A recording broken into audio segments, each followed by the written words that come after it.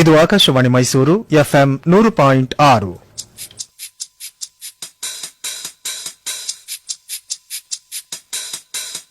SSLC ವಿದ್ಯಾರ್ಥಿಗಳಿಗೆ ಪರೀಕ್ಷಾ ಸಿದ್ಧತೆ ನೇರ ಫೋನ್ ಇನ್ ಕಾರ್ಯಕ್ರಮ.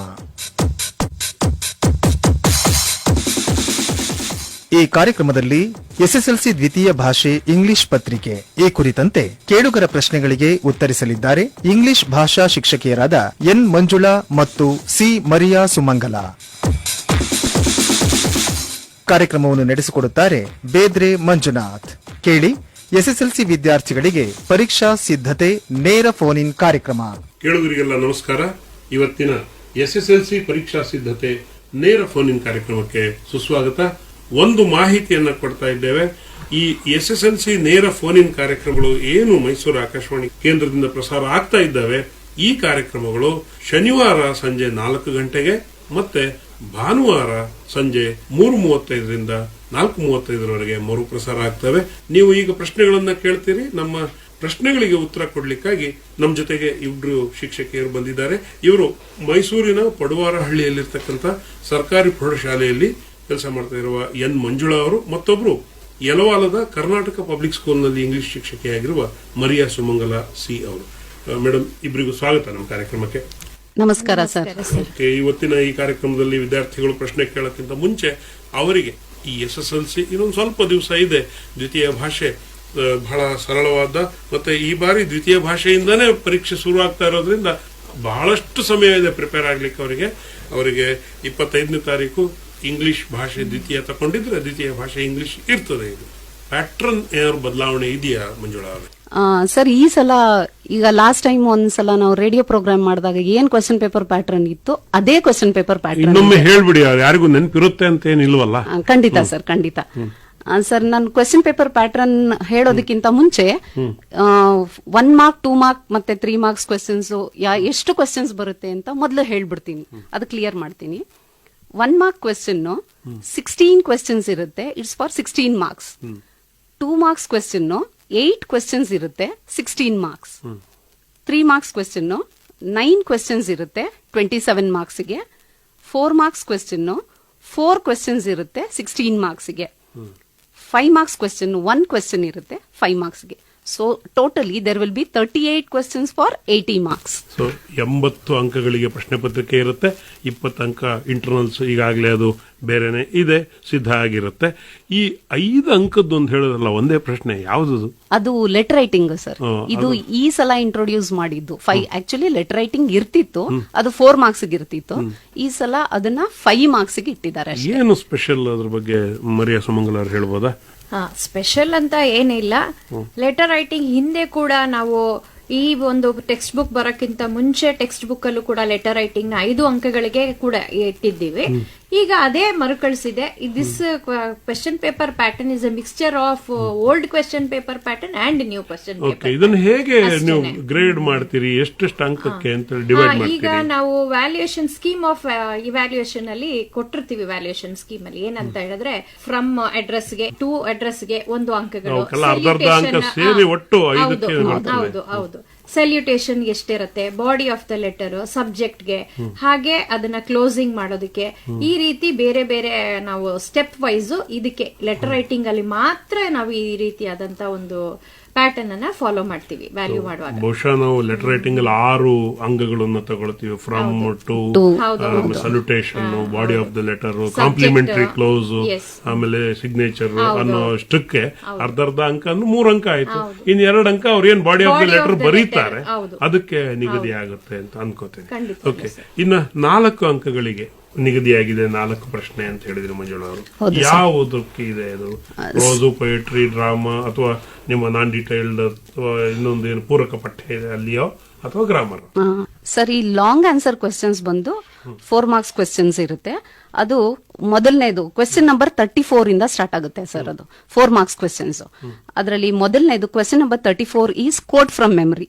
ಸೊ ಒಂದು ಪೊಯಮ್ ಇಂದ, ಒಂದು ಪೊಯಿಟ್ರಿ ಪಾರ್ಟ್ ಇಂದ ಒಂದು ಪೊಯಮ್ ಮೆಮರೈಸೇಷನ್ ಇರುತ್ತೆ. ಅದರಲ್ಲಿ ಚಾಯ್ಸ್ ಇರುತ್ತೆ, ಯಾವ್ದಾದ್ರು 2 ಕೊಟ್ಟಿರ್ತಾರೆ, ಲೈಕ್ ಕ್ವಾಲಿಟಿ ಆಫ್ ಮರ್ಸಿ ಮತ್ತೆ ಬ್ಲೈಂಡ್ ಬಾಯ್. ಇವೆರಡರ ಮಧ್ಯ ಅದು ಚಾಯ್ಸ್ ಇರುತ್ತೆ ಅವರಿಗೆ. ಸೊ 4 ಲೈನ್ಸ್ ಇರುತ್ತೆ. So there will be 4 marks allotted for quote from memory. ಮತ್ತೆ ಕ್ವೆಶ್ಚನ್ ನಂಬರ್ 35 ಬಂದು ಒಂದು ಅನ್ನೋನ್ ಪ್ಯಾಸೇಜ್ ಇರುತ್ತೆ. ಆ ಅನ್ನೋನ್ ಪ್ಯಾಸೇಜ್ ಅಲ್ಲಿ 2 ಕ್ವೆಶ್ಚನ್ಸ್ ಕೊಟ್ಟಿರ್ತಾರೆ. ಆ 2 ಕ್ವೆಶ್ಚನ್ಸ್ಗೆ 4 ಮಾರ್ಕ್ಸ್ ಅಲಾಟ್ ಆಗಿದೆ. So each question carries 2 marks. Comprehension ಇದು. ಅದು ಕಾಂಪ್ರಹೆನ್ಷನ್ ಕ್ವೆಶ್ಚನ್ಸ್ ಅಲ್ಲೇ ಇರುತ್ತೆ, ಅಲ್ಲಿಯೇ ಓದಿ ಅಲ್ಲಿನ ಪ್ರಶ್ನೆಗೆ ಉತ್ತರ ಬರೆಯುವಂತದ್ದು ಇರ್ಬೋದು ಸರ್. ಮತ್ತೆ ಇನ್ಫರೆನ್ಷಿಯಲ್ ಕ್ವೆಶ್ಚನ್ಸ್ ಇರ್ಬೋದು. ಅದು ಹೇಳಕ್ಕಾಗಲ್ಲ, ಅಲ್ಲೇ ಹುಡುಕಿ ಬರಿಬೇಕು ಅಂತ ಏನಿಲ್ಲ. ಪ್ಯಾಸೇಜ್ ಇತ್ತು ಅಂದ್ರೆ ಅರ್ಥ ಮಾಡ್ಕೋಬೇಕು. ಹೌದು, ಅರ್ಥ ಮಾಡ್ಕೊಂಡ್ರೆ ಅದನ್ನ ಬರಿಬಹುದು. So there will be 2 questions carrying 4 marks. ಮತ್ತೆ ಕ್ವೆಶ್ಚನ್ ನಂಬರ್ 36 ಬಂದು ಒಂದು long answer questions from poetry part. ಈ ಸಲ ಏನ್ ಚೇಂಜಸ್ ಇದೆ ಅಂದ್ರೆ ಪ್ರೋಸ್ ಇಂದ 4 ಮಾರ್ಕ್ಸ್ ಕ್ವೆಶ್ಚನ್ಸ್ ಇಲ್ಲ, ಓನ್ಲಿ ಪೊಯೆಟ್ರಿ ಪಾರ್ಟ್. ಅದರಲ್ಲಿ 3 ಕ್ವೆಶ್ಚನ್ಸ್ ಕೊಟ್ಟಿರ್ತಾರೆ. ಪೂರ್ತಿ ಪೊಯೆಟ್ರಿನೇ ಆಯ್ತಲ್ಲ, ಒಂದು ಮೆಮೊರಿ ಬಗ್ಗೆ ಬಂತು, ಅದು ಪೊಯೆಟ್ರಿನೇ. ಹೌದು, ಲಾಂಗ್ ಆನ್ಸರ್ ಇನ್ನೆರಡು ಅದಕ್ಕೆ ಬಂತು ಅಂದ್ರೆ ಒಂದು ಅನ್ನೋನ್ ಪ್ಯಾಸೇಜ್. ಮತ್ತೆ ಇದು ಲಾಂಗ್ ಆನ್ಸರ್ 1 ಕ್ವೆಶ್ಚನ್ ಇರುತ್ತೆ 4 ಮಾರ್ಕ್ಸ್ ಗೆ. But they'll be given 3 questions. 3 questions ಕೊಟ್ಟು ಅದಕ್ಕೆ ಚಾಯ್ಸ್ ಇರುತ್ತೆ. So they have to write any 1 question. So ಇದು 4 ಮಾರ್ಕ್ಸ್ ಕ್ವೆಶ್ಚನ್ಗೆ. ಮತ್ತೆ ಸ್ಟೋರಿ ಇದು ಎಸ್ಸೆ ರೈಟಿಂಗ್ ಇದೆ ಸರ್. ಎಸ್ಸೆ ರೈಟಿಂಗ್ ಗೆ 4 ಮಾರ್ಕ್ಸ್ ಕ್ವೆಶ್ಚನ್ ಇರುತ್ತೆ. ಸೊ ಈ 4 ಮಾರ್ಕ್ಸ್ ಕ್ವೆಶ್ಚನ್ಸ್ 4 ಕ್ವೆಶ್ಚನ್ಸ್ ಇರುತ್ತೆ ಅಷ್ಟೇ. ಸೊ ಎಸ್ಸೆ ರೈಟಿಂಗ್ ಅಲ್ಲಿ ಅದೇ 3 ಭಾಗ. ಅದರಲ್ಲಿ 3 ಟಾಪಿಕ್ಸ್ ಕೊಟ್ಟಿರ್ತಾರೆ. Children has to write any one topic. Okay, ಅದರಲ್ಲಿ ಅವರು ಬಹುಶಃ ಬರವಣಿಗೆ ಶೈಲಿ ಹೇಗಿರುತ್ತೆ ಅಂತ. ಇದು ಬಹಳ ಮುಖ್ಯ ಈ ಒಂದು ಕ್ವೆಶ್ಚನ್ ಪೇಪರ್ ಪ್ಯಾಟರ್ನ್ ಅಲ್ಲಿ. ಈ 4 ಅಂಕದ್ದು ಪ್ರಶ್ನೆ ಎಸ್ಸೆ ಏನಿದೆ, ಇದರಲ್ಲಿ ನಾವು ಮಕ್ಕಳಿಗೆ ಲ್ಯಾಂಗ್ವೇಜ್ ಟೆಸ್ಟಿಂಗ್ ಕ್ವೆಶ್ಚನ್ ಇದು ಆಕ್ಚುಲ್ ಆಗಿ. ಆ ಮಕ್ಕಳದು ಫ್ಲೋ ಆಫ್ ಲ್ಯಾಂಗ್ವೇಜ್ ಹೇಗಿದೆ, ಆಮೇಲೆ ಮತ್ತೆ ಅವರು ಆ ಒಂದು ಕಾನ್ಸೆಪ್ಟ್ ನ ಹೇಗೆ ಮೈಂಡ್ ಅಲ್ಲಿ ಅದನ್ನ ಮ್ಯಾಪ್ ಮಾಡಿಕೊಂಡು ಫ್ಲೋ ಆಫ್ ಥಾಟ್ಸ್ ನ ಹೇಗೆ ಎಕ್ಸ್ಪ್ರೆಸ್ ಮಾಡ್ತಾರೆ, ಗ್ರಾಮ್ಯಾಟಿಕಲ್ ಮಿಸ್ಟೇಕ್ಸ್ ಇದೆಯಾ ಸೆಂಟೆನ್ಸಸ್ ಅಲ್ಲಿ.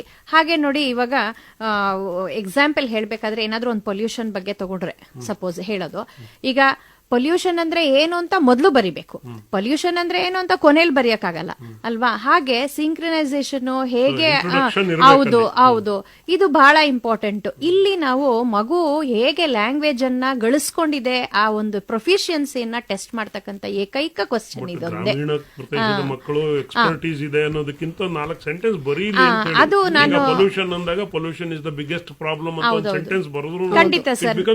ಹೌದು, ನಾನು ಕನ್ನಡ ಮೀಡಿಯಂ ವಿದ್ಯಾರ್ಥಿಗಳಿಗಾಗಿದ್ರು ಇರಬಹುದು. ಈಗ ಒಂದು ವಿಶೇಷತೆ ಏನಂದ್ರೆ, ಈ ಸೆಕೆಂಡ್ ಲ್ಯಾಂಗ್ವೇಜ್ ಇಂಗ್ಲಿಷ್ ಅಂತಕ್ಕಂಥದ್ದು ಕನ್ನಡ ಮೀಡಿಯಂ ಸ್ಟೂಡೆಂಟ್ಸ್ ಆಗಿರಬಹುದು, ಉರ್ದು ಮೀಡಿಯಂ ಸ್ಟೂಡೆಂಟ್ಸ್ ಆಗಿರಬಹುದು, Tamil medium students, Telugu medium students. So ಈ ಎಲ್ಲಾ ತುಂಬಾ ವಾಸ್ಟ್ ಸ್ಟೂಡೆಂಟ್ಸ್ ಬರೀತಕ್ಕಂಥ ಲ್ಯಾಂಗ್ವೇಜ್ ಇದು ಸೆಕೆಂಡ್ ಲ್ಯಾಂಗ್ವೇಜ್ ಇಂಗ್ಲಿಷ್. ಸೊ ನಾನು ಇಲ್ಲಿ ವಿದ್ಯಾರ್ಥಿಗಳಲ್ಲಿ ಮನವಿ ಮಾಡ್ಕೊಳ್ಳೋದು ಏನಂತ ಹೇಳಿದ್ರೆ, ನಿಮಗೆ ಎಸ್ಸೆ ರೈಟಿಂಗ್ ಕಷ್ಟ ಅಂತ ಖಂಡಿತ ಅನ್ಕೊಳ್ಬೇಡಿ. ಆ ಕ್ಷಣದಲ್ಲಿ ಏನು ನಿಮ್ಮ ಮನಸ್ಸಿಗೆ ಯಾವ ಒಂದು ಸಿಂಪಲ್ ಸೆಂಟೆನ್ಸಸ್ ತೋಚುತ್ತೋ, ಆ ವಿಷಯದ ಬಗ್ಗೆ ಏನು ಮನಸ್ಸಿಗೆ ಬರುತ್ತೋ ಅದನ್ನ ನೀವು ಗ್ರಾಮ್ಯಾಟಿಕಲ್ ಮಿಸ್ಟೇಕ್ಸ್ ಇದ್ರೂ ಪರವಾಗಿಲ್ಲ, ಆದ್ರೆ ಬರೀರಿ, ಅಟೆಂಪ್ಟ್ ಮಾಡಿ, ಅದಕ್ಕೆ ಖಂಡಿತವಾಗ್ಲೂ ನಿಮಗೆ ಅಂಕಗಳು ದೊರೆಯುತ್ತವೆ ಅಂತ ಮನವಿ ಮಾಡ್ಕೊಳ್ತಾ ಇದ್ದೀನಿ. ಸೊ ಅಲ್ಲಿಯೂ ಕೂಡ 3 ಭಾಗ, introduction, body of the essay, ಹೌದು ಸರ್, ಹೌದು. ಮತ್ತೆ ಕನ್ಕ್ಲೂಷನ್ ಅಲ್ಲಿ ಮಗುಗೆ ಒಂದು ಇದು ಫ್ರೀಡಮ್ ಆಫ್ ಎಕ್ಸ್ಪ್ರೆಷನ್ ಇರುತ್ತೆ. ಅಲ್ಲಿ ಇಡೀ ಎಸ್ಸೆನೆ ಫ್ರೀಡಮ್ ಆಫ್ ಎಕ್ಸ್ಪ್ರೆಷನ್ ಅಲ್ಲಿ. So it can express its own thoughts also. That is also very important. ಖಂಡಿತವಾಗ್ಲು. ಈ 2 ಮೆಮರೈಸೇಷನ್ ಪದ್ಯಗಳಲ್ಲಿ ನಿಮ್ಗೆ 4 ಅಂಕದ ಪ್ರಶ್ನೆ ಆಗ್ಲಿ, 3 ಅಂಕದ ಪ್ರಶ್ನೆ ಆಗ್ಲಿ, 2 ಅಂಕದ ಪ್ರಶ್ನೆ ಆಗ್ಲಿ ಇರಲ್ಲ. ಅದ್ 4 ಅಂಕದ್ದು ಮೆಮರೈಸೇಷನ್ ಎನಿ 4 ಲೈನ್ಸ್. ಆಯ್ತಾ, ಮುಗಿದೋಯ್ತಾ. ಇನ್ನು 6 ಪದ್ಯಗಳಲ್ಲಿ ನಿಮಗೆ 2 ಅಂಕಗಳದ್ದು, 3 ಅಂಕದ್ದು, 4 ಅಂಕದ್ದು. ಈ 4 ಅಂಕದ ವಿಶೇಷತೆ ಏನು ಅಂತ ಹೇಳಿದ್ರೆ, ನೀವು ಸಮ್ಮರಿಯನ್ನ ಕಲ್ತು ಬಿಟ್ರೆ ಈ ಎಲ್ಲಾ ಪದ್ಯದ ಸಮ್ಮರಿಯನ್ನ ಬಹಳ ಸಿಂಪಲ್ ಲೈನ್ಸ್ ಅಲ್ಲಿ ಒಂದು 8 ವಾಕ್ಯಗಳಲ್ಲೋ ಅಥವಾ ಒಂದು 5-6 ಸಾಲುಗಳಲ್ಲೋ ನೀವು ಈಗಾಗಲೇ ನಿಮ್ಮ ಶಾಲೆಯಲ್ಲಿ ಶಿಕ್ಷಕರು ಹೇಳ್ಕೊಟ್ಟಿದ್ದಾರೆ, ಹಾಗೂ ಟಿವಿ ಪಾಠಗಳು ನಡೆದಿದೆ. ಮತ್ತೆ ನಮ್ಮ ಮೈಸೂರು ಜಿಲ್ಲೆಯಿಂದ ಪ್ರಶ್ನೆ ಪತ್ರಿಕೆ 5 ಮಾದರಿ ಪತ್ರಿಕೆಗಳನ್ನ ಹೇಗ್ ಮಾಡಿದೀವಿ, ಅದ್ರ ಹಿಂಭಾಗದಲ್ಲಿ ನಾವು ಈ ಸಮ್ಮರೀಸ್ ಕೂಡ ಕೊಟ್ಟಿದ್ದೀವಿ. ಇದನ್ನ ನೀವು ಉಪಯೋಗಿಸ್ಕೊಳ್ಳೋದಾದ್ರೆ 4 ಮಾರ್ಕ್ಸ್ ಕ್ವೆಶ್ಚನ್ ಆಗ್ಲಿ, 3 ಮಾರ್ಕ್ಸ್ ಕ್ವೆಶ್ಚನ್ ಆಗ್ಲಿ, 2 ನಂಬರ್ ಅಂಕಗಳ ಕ್ವೆಶ್ಚನ್ ಆಗ್ಲಿ ಬಹಳ ಈಸಿಯಾಗಿ ಅಟೆಂಪ್ಟ್ ಮಾಡಬಹುದು. 16 ಮಾರ್ಕ್ಸ್ ಪೊಯಿಟ್ರಿದು ಏನೇನೋ ಕಷ್ಟವೇ ಅಲ್ವೇ ಅಲ್ಲ. ಆರಾಮಾಗಿ ನೀವು 16 ಮಾರ್ಕ್ಸ್ ತಗೊಳ್ಬಹುದು. ಸಮ್ಮರಿ ತಿಳ್ಕೊಂಡ್ಬಿಟ್ರೆ 2 ನಂಬರ್ಗೂ ಆಗತ್ತೆ, 3 ನಂಬರ್ಗೂ ಆಗತ್ತೆ, 4 ನಂಬರ್ಗೂ ಆಗತ್ತೆ. ತುಂಬಾ ಸುಲಭವಾಗಿ ಆಗತ್ತೆ. ಇದೊಂದು ಟೆಕ್ನಿಕ್ ನಾನು ಮಕ್ಕಳಲ್ಲಿ ಹೇಳ್ತಾ ಇದ್ದೀನಿ. ಪ್ರಿಯ ವಿದ್ಯಾರ್ಥಿಗಳೇ, ಇದನ್ನ ಫಾಲೋ ಮಾಡಿದ್ರೆ ಬಹಳ ಪ್ರೋಸಿಗೆ ಸಂಬಂಧಪಟ್ಟ ಹಾಗೆ ನಾವು ಹಿಂದೆ ಹೇಗೆ ನಮ್ಗೆ ವೇಟೇಜ್ ಕೊಡ್ತಾ ಇದ್ರು, ಲೆಸನ್ ವೈಸ್ ವೇಟೇಜ್, ಅದು ಇಲ್ಲ ಈಗ. ಆ ಮಗು ಪ್ರತಿ ಪಾಠದಲ್ಲೂ 2 ಅಂಕಗಳ ಪ್ರಶ್ನೆ ಆಗಿರ್ಬೋದು, 3 ಅಂಕಗಳದ್ದು ಎಕ್ಸ್ಟ್ರಾಕ್ಟ್ಸ್ ಆಗಿರ್ಬೋದು, ಅಥವಾ 3 ಮಾರ್ಕ್ಸ್ ಕ್ವೆಶ್ಚನ್ ಆಗಿರ್ಬೋದು, ಅದು ಓದಲೇಬೇಕಾಗತ್ತೆ.